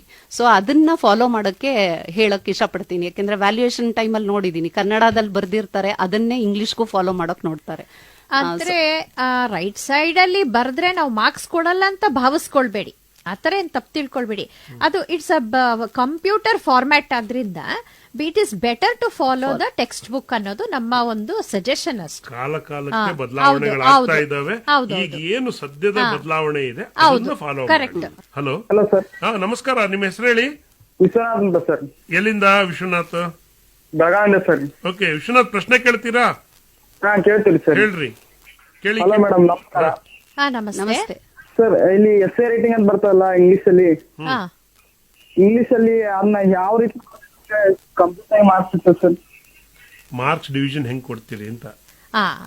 ಅದಕ್ಕೆ ಹೌದು, ಅಲ್ಲಿ ನಾವು ಮಾರ್ಕ್ಸ್ ಡಿವಿಷನ್ ಹೇಗ್ ಕೊಡ್ತೀವಿ ಅಂತ ಹೇಳಿದ್ರೆ, ಅಲ್ಲಿ ಲ್ಯಾಂಗ್ವೇಜ್ ಫ್ಲೋ ಆಫ್ ಲ್ಯಾಂಗ್ವೇಜ್ ಇದೆಯಲ್ಲ, ಎಕ್ಸ್ಪ್ರೆಷನ್ ಆಫ್ ಲ್ಯಾಂಗ್ವೇಜ್ಗೆ ಇಷ್ಟು ಅಂಕಗಳು ಅಂತ ನಿಗದಿ ಮಾಡಿರ್ತಾರೆ. ಮತ್ತೆ ಅಲ್ಲಿ ಕಾಂಟೆಂಟ್ಗೆ ಇಷ್ಟು ಅಂತ ನಿಗದಿ ಮಾಡಿರ್ತಾರೆ. ಯಾಕಂದ್ರೆ relevancy of content also is very very important in essay. ಏನೇನೋ ಯಾವುದೋ ಎಸ್ಸೆ ಬರೆಯಕ್ಕಾಗಲ್ಲ. So relevancy is very important. ರೆಲೆವೆನ್ಸಿಗೆ ಅಂಕಗಳು ಡಿವೈಡ್ ಆಗಿರ್ತವೆ, ಮತ್ತೆ ಲ್ಯಾಂಗ್ವೇಜ್ಗೆ ಡಿವೈಡ್ ಆಗಿರುತ್ತೆ. ಅಲ್ಲಿ ಇಷ್ಟು ಎರಡು ಅಂಶಗಳನ್ನ ನಾವು ಖಂಡಿತವಾಗ್ಲೂ ಅಲ್ಲಿ ನೋಡ್ತೀವಿ. ಈಗ ಕನ್ನಡದಲ್ಲಿ ನಾವು ಪೀಠಿಕೆ, ಉಪಸಂಹಾರ ಹೀಗತ್ತು ಬರ್ತೀವಲ್ಲ, ಪೀಠಿಕೆ ಇಲ್ಲೂ ಇರ್ಬೇಕು, ಇಲ್ಲೂ ಬಾಡಿ ಇರ್ಬೇಕು, ಕನ್ಕ್ಲೂಷನ್ ಇರ್ಬೇಕು. ಆದ್ರೆ ನಾನ್ ಹೇಳ್ತಾ ಇರೋದೇನು ಅಂತ ಹೇಳಿದ್ರೆ, ಇಲ್ಲಿ ನಮಗೆ ಲ್ಯಾಂಗ್ವೇಜ್ ಅನ್ನೋದು ಬಹಳ ಇಂಪಾರ್ಟೆಂಟ್, ರೆಲೆವೆನ್ಸಿ ಆಫ್ ಕಾಂಟೆಂಟ್ ಅನ್ನೋದು ಬಹಳ ಇಂಪಾರ್ಟೆಂಟ್. ಎರಡು ವಿಷಯಗಳು ತುಂಬಾ ಇಂಪಾರ್ಟೆಂಟ್. ಹೌದು ಹೌದು. ಇಲ್ಲಿ ನಾವು ಎಸ್ಸೆ ಕೊಟ್ಟಿರೋದೇ ರೈಟಿಂಗ್ ಸ್ಕಿಲ್ ಅನ್ನ ಇವ್ಯಾಲ್ಯೂಯೇಟ್ ಮಾಡೋದಿಕ್ಕೆ. ಸೊ ಹಾಗಾಗಿ ಅಲ್ಲಿ ಖಂಡಿತವಾಗ್ಲೂ ಬೇಕೇ ಬೇಕು. ಇದ್ರೆ ಅವರು ಯೋಚನೆ ಏನು ಅಂದ್ರೆ, ನಾವು ಕನ್ನಡದಲ್ಲಿ 3 ಭಾಗದಲ್ಲಿ ಬರೀತೀವಿ, ಇಂಗ್ಲಿಷಲ್ಲೂ 3 ಭಾಗದಲ್ಲೇ ಬರೆಯೋದು. ಬರೀರಿ, ಆದ್ರೆ ಲ್ಯಾಂಗ್ವೇಜ್ ಅದಕ್ಕೆ ಫಿಟ್ ಆಗೋ ಹಾಗಿರಲಿ. ಇಂಟ್ರೊಡಕ್ಷನ್ ಅಲ್ಲಿ ಇಂಟ್ರೊಡಕ್ಟರಿ ಆಗಿ ಏನು ಬರೀಬೇಕು ಬರೀರಿ, ಕನ್ಕ್ಲೂಷನ್ ಅಲ್ಲಿ ಕನ್ಕ್ಲೂಷನ್ ಏನು ಸೂಟ್ ಆಗುತ್ತೋ ಅದನ್ನು ಬರೀರಿ. ಟಾಪಿಕ್ ರಿಲೆವೆಂಟ್ ಆಗಿರಬೇಕು. ಬಗ್ಗೆ ಒಂದಷ್ಟು ಹೇಳಿ. ಇನ್ನೊಂದು ಕರೆ ಇದೆ. ಹಲೋ ನಮಸ್ಕಾರ. ಹಲೋ ನಮಸ್ತೆ ಸರ್. ನಿಮ್ಮ ಹೆಸರು ಹೇಳಿ. ನನ್ನ ಹೆಸರು ಪ್ರಜ್ವಲ್ ಅಂತ, ಸದ್ವಿದ್ಯಾ ಶಾಲೆಯಲ್ಲಿ ಓದ್ತಾ ಇದ್ದೀನಿ. ಓಕೆ ಪ್ರಜ್ವಲ್, ಪ್ರಶ್ನೆ ಕೇಳ್ತೀಯ ಮಗು? ನಮಸ್ತೆ ಮೇಡಮ್. ನಮಸ್ತೆ ಪ್ರಜ್ವಲ್. ಮೇಡಮ್, ಇಲ್ಲಿ ಇಂಗ್ಲಿಷ್ ಟೆಕ್ಸ್ಟ್ ಬುಕ್ ಅಲ್ಲಿ ಫಸ್ಟ್ ಲೆಸನ್ ಹೀರೋ ಇದೆಯಲ್ಲ ಮೇಡಮ್, ಅದರಲ್ಲಿ ಸ್ಕೌಲ್ ಅಂತ ಒಂದು ಒನ್ ವರ್ಡ್ ಸಬ್ಸ್ಟಿಟ್ಯೂಷನ್ ಗೆ ಕೊಡ್ಬೋದಾಗಿರುವಂತಹ ಒಂದು ವರ್ಡ್ ಇದೆ ಮೇಡಮ್, ಆದ್ರೆ ಅದು ಪಾಠದಲ್ಲೇ ಇಲ್ಲ.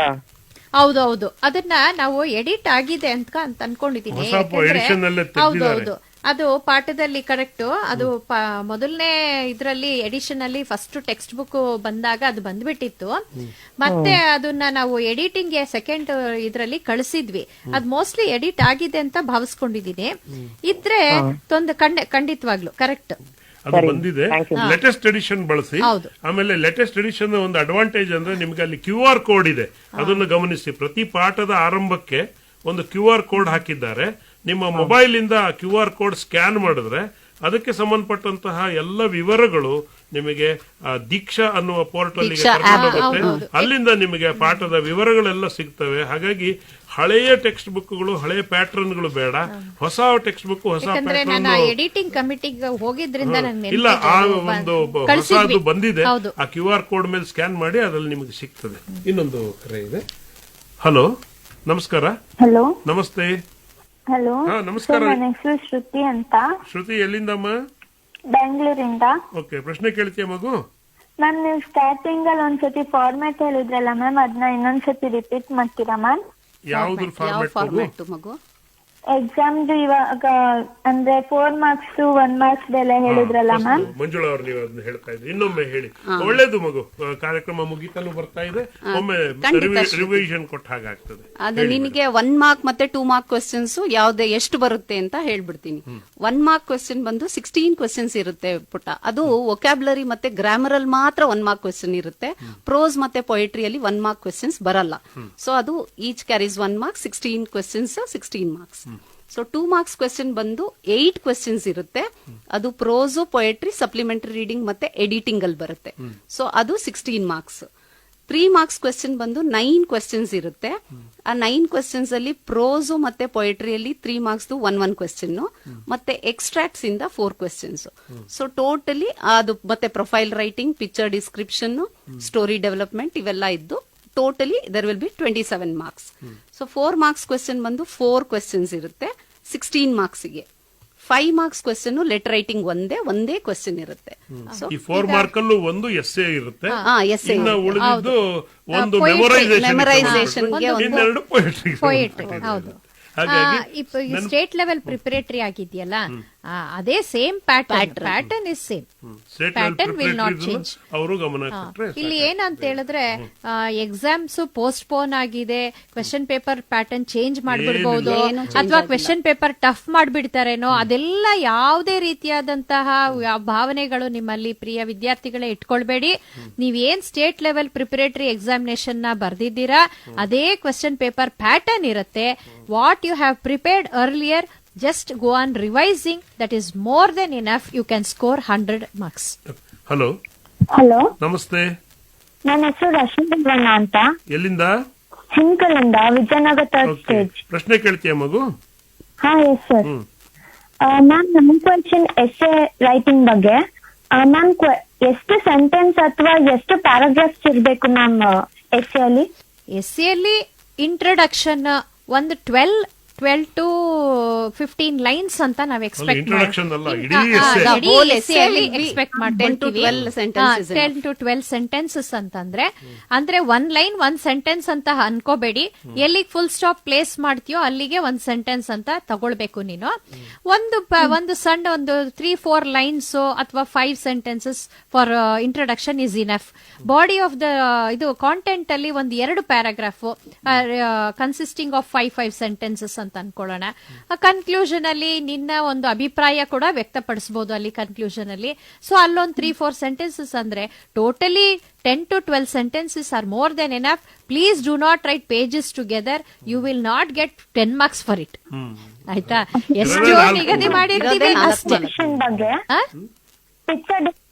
ಪಿಕ್ಚರ್ ಡಿಸ್ಕ್ರಿಪ್ಷನ್ ಬಗ್ಗೆ ಈಗಾಗಲೇ ನಾವು ಹೇಳಿದ್ದೀವಿ, ಅದು ಕೂಡ ಅಷ್ಟೇ. It is an easy question. ಎಲ್ಲಾ ಮಕ್ಕಳು ಅಟೆಂಪ್ಟ್ ಮಾಡಿ, ಯಾರು ಅದನ್ನ ಬಿಡಬೇಡಿ. ನಿಮಗೆ ಆ ಪಿಕ್ಚರ್ ಅಲ್ಲಿ ಏನ್ ತೋಚುತ್ತೋ, ಏನ್ ಕಾಣಿಸ್ತಾ ಇದೆಯೋ ಆ ಪಿಕ್ಚರ್ ನ, ಅದ್ರ ಬಗ್ಗೆ ನಿನ್ಗೆ ಏನು ಭಾವನೆಗಳು ಬರುತ್ತೆ ಅದನ್ನ ಎಕ್ಸ್ಪ್ರೆಸ್ ಮಾಡು. ಅಥವಾ ನಿನ್ಗೇನೋ ತೋಚ್ಲಿಲ್ವಾ, ಆ ದೃಶ್ಯ ಏನಿದೆ, ಆ ಪಿಕ್ಚರ್ ಏನಿದೆ ಅಷ್ಟನ್ನಾದ್ರೂ 4 ಲೈನ್ ಅಲ್ಲಾದ್ರೂ ಬರಿ. ಮಾತ್ರ ಆ ಕ್ವೆಶ್ಚನ್ ನ ಬಿಡಬೇಡಿ ಅಷ್ಟೇ. ಯಾವುದೇ ಪ್ರಶ್ನೆಗಳನ್ನು ಬಿಡಬೇಡಿ. ನಿಮಗೆ ಕಣ್ಣಿಗೆ ಕಾಣುವುದು, ನಿಮಗೆ ಏನ್ ಅನ್ಸೋದು, ನಿಮ್ಮ ಫ್ರೀ ಫ್ಲೋ ಆಫ್ ಥಾಟ್ ಇರೋದು. ಏನ್ ಬೇಕಾದ್ರೂ ಬರೀಬಹುದು ನೀವು, ಬಟ್ ಅದಕ್ಕೆ ಸಂಬಂಧಪಟ್ಟ ರೆಲೆವೆಂಟ್ ಆಗಿರ್ಬೇಕು ಆ ಪಿಕ್ಚರ್ಗೆ. ಓಕೆ, ಇನ್ನೊಂದು ಕರೆ ಇದೆ. ಹಲೋ ಹಲೋ, ನಮಸ್ಕಾರ ಸರ್. ನಾನು ಮೊಹಮ್ಮದ್ ಫೈಜಾನ್ ಅಂತ. Okay, government junior boys Nanjangud. Okay, ಪ್ರಶ್ನೆ ಕೇಳ್ತೀರಿ? ಹೌದು sir. Okay sir, DDP office ಇಂದ ಕ್ವಶನ್ ಕೊಟ್ಟಿದಾರಲ್ಲ, ಅದು ಕ್ವಶನ್ ಪೇಪರ್ ಕೊಟ್ಟಿದ್ರ, ಅದು ಓದ್ಬೇಕಾ ಇಲ್ವಾ? ಕೊಟ್ಟಿದ್ದು ಮಗು ಅದು ಓದಿದ್ರೆ ನಿನಗೆ ಬಹುಶಃ 80 ಅಂಕಗಳನ್ನ ಕಳಿಸೋದಕ್ಕೂ ಬಹಳ ಅನುಕೂಲ ಆಗತ್ತೆ ಅನ್ಕೊಂಡಿದೀವಿ. ಯಾಕಂದ್ರೆ ಅದು ಎಲ್ಲ 5 ಸೆಟ್ ಕ್ವೆಶನ್ಸ್ ಅಲ್ಲಿ ಎಲ್ಲಾ ಪಾಠದಿಂದ ಕ್ವೆಶನ್ಸ್, ಎಕ್ಸ್ಟ್ರಾಕ್ಟ್ಸ್ ಎಲ್ಲ ಇದೆ ಅಲ್ವಾ. ಅದರಿಂದ ಖಂಡಿತವಾಗ್ಲೂ ಅದನ್ನ ಪ್ರಾಕ್ಟೀಸ್ ಮಾಡಿದ್ರೆ ಒಂದು ಒಳ್ಳೆ ನಿಮ್ಗೆ I think that much is more than enough to score full marks. ಧನ್ಯವಾದಗಳು. ಜೊತೆಗೆ ಈಗಾಗಲೇ ಏನು ಸ್ಟೇಟ್ ಲೆವೆಲ್ ಪ್ರಿಪರೇಟರಿ ಆಗಿದೆ ಅದನ್ನ ಅವರು ಮಾದರಿಯಾಗಿ ಇಟ್ಕೊಳ್ಳಿ. ಯಾಕಂದ್ರೆ ಅದರಲ್ಲಿ ಎಷ್ಟೆಷ್ಟು ಅಂಕಗಳಿಗೆ ಏನೇನು ಕೊಟ್ಟಿದ್ದಾರೆ ಅನ್ನೋದು ಒಂದು ಫೈನಲೈಸ್ ಆಗಿದೆ. ಆಚೆಗೂ ಬರಬಹುದು ಅಥವಾ ಒಂದು ಆಚೆ ಈಚೆ ಇರಬಹುದು, ಇರ್ಲಿ, ಏನ್ ತೊಂದರೆ ಇಲ್ಲ, ಏನ್ ಕೊಟ್ಟರು ಬರೀತೀವಿ ಅನ್ನೋ ಮಟ್ಟಕ್ಕೆ ಹುಡುಗರು ರೆಡಿ ಆಗಿದ್ದಾರೆ. ನೀವು ಬಹಳ ಕಾಯಿಸ್ಬಿಟ್ರಿ, ಬೇಗ ಮಾಡಬೇಕಾಗಿತ್ತು ಎಕ್ಸಾಮ್ ಅಂತಲೇ ಅವರ ಒಂದು ಅನಿಸಿಕೆ. ಇನ್ನು ಕಾರ್ಯಕ್ರಮದ ಕೊನೆಯಲ್ಲಿ ಇವರಿಗೆ ಏನು ಒಂದು ಟಿಪ್ಸ್ ಕೊಡ್ಲಿಕ್ಕೆ ಇಷ್ಟಪಡ್ತೀರಿ ಮಂಜುಳಾ? ಮಕ್ಕಳೇ, ನೀವೇ ಹೇಳಿ. ವಿದ್ಯಾರ್ಥಿಗಳೇ, ಯಾವುದೇ ಆತಂಕ ಬೇಡ. ಇಂಗ್ಲಿಷ್ ಪ್ರಶ್ನೆ ಪತ್ರಿಕೆ ತುಂಬಾ ಟಫ್ ಆಗಿರುತ್ತೆ, ಅಥವಾ ಏನೇನೋ ರೂಮರ್ಸ್ ಇರುತ್ತೆ ನಿಮ್ಗೆ. ಈಗ ಲಾಕ್ಡೌನ್ ಪೀರಿಯಡ್ ಅಲ್ಲಿ ಬೇರೆ ಕ್ವೆಶನ್ ಪೇಪರ್ ಟಫ್ ಮಾಡ್ಬಿಟ್ಟಿರ್ಬಹುದೇನೋ, ಅದೆಲ್ಲ ಏನು ಮನ್ಸಲ್ಲಿ ಇಟ್ಕೊಳ್ಬೇಡಿ, ಗಾಬರಿ ಮಾಡ್ಕೊಳ್ಬೇಡಿ. ನೀವು ಏನನ್ನ ಪ್ರಿಪೇರ್ ಆಗಿದ್ದೀರೋ ಅದನ್ನ ಸಮಾಧಾನವಾಗಿ ಕೂತ್ಕೊಂಡು ನಿಧಾನವಾಗಿ, ನಿಮ್ಗೆ ಸೂಪರ್ವೈಸರ್ಸು ಕೂಡ ಅಷ್ಟೇ ಎನ್ಕರೇಜಿಂಗ್ ಆಗಿರ್ತಾರೆ. ಅಂದ್ರೆ ನಿಮಗೆ ಯಾವುದೇ ಅಡಚಣೆಗಳಿರೋದಿಲ್ಲ. ಸಮಾಧಾನವಾಗಿ ಕೂತ್ಕೊಂಡು ಪ್ರಶ್ನೆಗಳನ್ನ ಅರ್ಥ ಮಾಡ್ಕೊಂಡು, ನಂತರ ನೀವು ಪ್ರಶ್ನೆಗಳನ್ನ ಓದಿ ಅರ್ಥ ಮಾಡ್ಕೊಳ್ಳೋಕೆ ಟೈಮ್ ಇನ್ವೆಸ್ಟ್ ಮಾಡಿದ್ರೆ ಉತ್ತರ ಬರೆಯೋದು ಬಹಳ ಸುಲಭ. ಉತ್ತರ ಬರೆಯೋದು it will not take much time at all. So ಪ್ರಶ್ನೆಗಳನ್ನ ಓದಿ ಅರ್ಥ ಮಾಡ್ಕೊಂಡು ನಿಧಾನವಾಗಿ ಸಮಾಧಾನವಾಗಿ ಬರೀರಿ. ಏನೂ ಗಾಬರಿ ಆತಂಕ ಬೇಡ. ಪರೀಕ್ಷೆಗಳು ಯಥಾವತ್ತಾಗಿ ಹೇಗೆ ನಡಿಬೇಕಾಗಿತ್ತೋ ಹಾಗೆ ನಡೀತವೆ ಅಷ್ಟೇನೆ. ಮಕ್ಕಳ, ನಾನು ನಿಮ್ಗೆ ಆಲ್ ದ ಬೆಸ್ಟ್ ಹೇಳ್ತಾ, ಏನೂ ಗಾಬರಿ ಆಗ್ಬೇಡಿ, ಚೆನ್ನಾಗಿ ಬರೀರಿ. ನಿಮ್ಮ ಟೀಚರ್ಸು ಏನೇನೇನು ಗೈಡೆನ್ಸ್ ಬೇಕು ಅದನ್ನೆಲ್ಲ ನಿಮಗೆ ಕೊಟ್ಟಿದ್ದಾರೆ. ಸೊ ಧೈರ್ಯವಾಗಿ ಎಕ್ಸಾಮ್ ಅನ್ನ ಫೇಸ್ ಮಾಡಿ. All the best. ನಿಮ್ಗೆ ಒಂದು 10 ದಿನ ಅಥವಾ ಒಂದು ವಾರ ಕ್ಲಾಸಸ್ ಕೂಡ ನಡಿಬಹುದು ಅಂತ ಭಾವಿಸ್ಕೊಂಡಿದ್ದೀವಿ ಪರೀಕ್ಷೆಗೆ ಮುಂಚೆ. ಅದರಿಂದ ನಿಮ್ಗೆ ಏನೇ ಡೌಟ್ಸ್ ಇದ್ರು ನಿಮ್ಮ ಶಾಲೆಗಳಲ್ಲಿ ಟೀಚರ್ಸ್ ನ ಕ್ಲಾರಿಫೈ ಮಾಡ್ಕೊಂಡು ಸಮಾಧಾನವಾಗಿ ಚೆನ್ನಾಗಿ ಬರೀರಿ. ಒಳ್ಳೆ ರಿಸಲ್ಟ್ ಬರ್ಲಿ. Good luck. ಧನ್ಯವಾದಗಳು ಮಂಜುಳಾ ಅವರೇ ಮತ್ತೆ ಮರಿಯಾ ಸುಮಂಗಲ್ ಅವರೇ. ಸೊಗಸಾಗಿ ಎಲ್ಲ ಪ್ರಶ್ನೆಗಳಿಗೆ ಉತ್ತರ ಕೊಟ್ರಿ. ಇನ್ನು ವಿದ್ಯಾರ್ಥಿಗಳು ಈ ಕಾರ್ಯಕ್ರಮದ ಮರುಪ್ರಸಾರವನ್ನ ಶನಿವಾರ ಮತ್ತೆ ಭಾನುವಾರ ಕೇಳಬಹುದು. ಶನಿವಾರ ಸಂಜೆ 4 ಗಂಟೆಗೆ, ಭಾನುವಾರ ಸಂಜೆ 3:35 4:35. ಇನ್ನು ಪ್ರತಿದಿನ ಬೆಳಗ್ಗೆ 10 ಗಂಟೆಯಿಂದ 10:30 ಬೆಂಗಳೂರು ಕೇಂದ್ರದಿಂದ ರಾಜ್ಯವ್ಯಾಪಿ SSLC ಪರೀಕ್ಷಾ ಸಿದ್ಧತೆ ಕಾರ್ಯಕ್ರಮ ಬರ್ತಾ ಇದೆ. ಮಕ್ಕಳಿಗೆ ಸಾಕಷ್ಟು ಹೊಸ ವಿಷಯಗಳು ತಲುಪ್ತಾ ಇದ್ದಾವೆ. ಇನ್ನು SSLC ಮತ್ತೆ PUC ಮಕ್ಕಳಿಗೆ ಸ್ವಲ್ಪ ಆತ್ಮಸ್ಥೈರ್ಯವನ್ನ ವೃದ್ಧಿಸಲಿಕ್ಕಾಗಿ ಮಾನಸಿಕ ರೋಗ ತಜ್ಞರು ಮತ್ತೆ ಮನೋವೈದ್ಯರುಗಳ ಜೊತೆಗೆ ನಾವು ಸಂವಾದವನ್ನು ಇಟ್ಕೊಳ್ತಾ ಇದ್ದೇವೆ. ಅದು ಬರುವ 10ನೇ ತಾರೀಕು ಇರುತ್ತೆ. ಅದು ಇದೇ ಟೈಮಲ್ಲೇ ಇರುತ್ತೆ. ನೀವು ಖಂಡಿತ ಅದನ್ನು ಕೇಳಬಹುದು. ಇವತ್ತಿನ ಕಾರ್ಯಕ್ರಮದಲ್ಲಿ ಭಾಗವಹಿಸಿದ ಎಲ್ಲರಿಗೂ ಧನ್ಯವಾದಗಳು. ನಮಸ್ಕಾರ. ನಮಸ್ಕಾರ ಸರ್. ಇದುವರೆಗೆ SSLC ಪರೀಕ್ಷಾ ಸಿದ್ಧತೆ ನೇರ ಫೋನ್ ಇನ್ ಕಾರ್ಯಕ್ರಮವನ್ನು ಕೇಳಿದ್ರಿ. ಇವತ್ತಿನ ವಿಷಯ ದ್ವಿತೀಯ ಭಾಷೆ ಇಂಗ್ಲಿಷ್. ಭಾಗವಹಿಸಿದ್ದ ವಿಷಯ ತಜ್ಞರು ಇಂಗ್ಲಿಷ್ ಭಾಷಾ ಶಿಕ್ಷಕಿಯರಾದ ಎಸ್ ಮಂಜುಳಾ ಹಾಗೂ ಮರಿಯಾ ಸುಮಂಗಲ. ಕಾರ್ಯಕ್ರಮವನ್ನು ನಡೆಸಿಕೊಟ್ಟವರು ಬೇದ್ರೆ ಮಂಜುನಾಥ್. ತಾಂತ್ರಿಕ ನೆರವು ದಿನಕರ ಶಾಸ್ತ್ರಿ, ದೀಪಕ್ ಪ್ರಸಾದ್ ಹಾಗೂ ಶ್ರೀಕಾಂತ್. ಈ ಕಾರ್ಯಕ್ರಮ ನಿಮ್ಮ ಮೆಚ್ಚಿನ ಮೈಸೂರು ಆಕಾಶವಾಣಿ ಕೇಂದ್ರದಿಂದ ಪ್ರಸಾರವಾಯಿತು.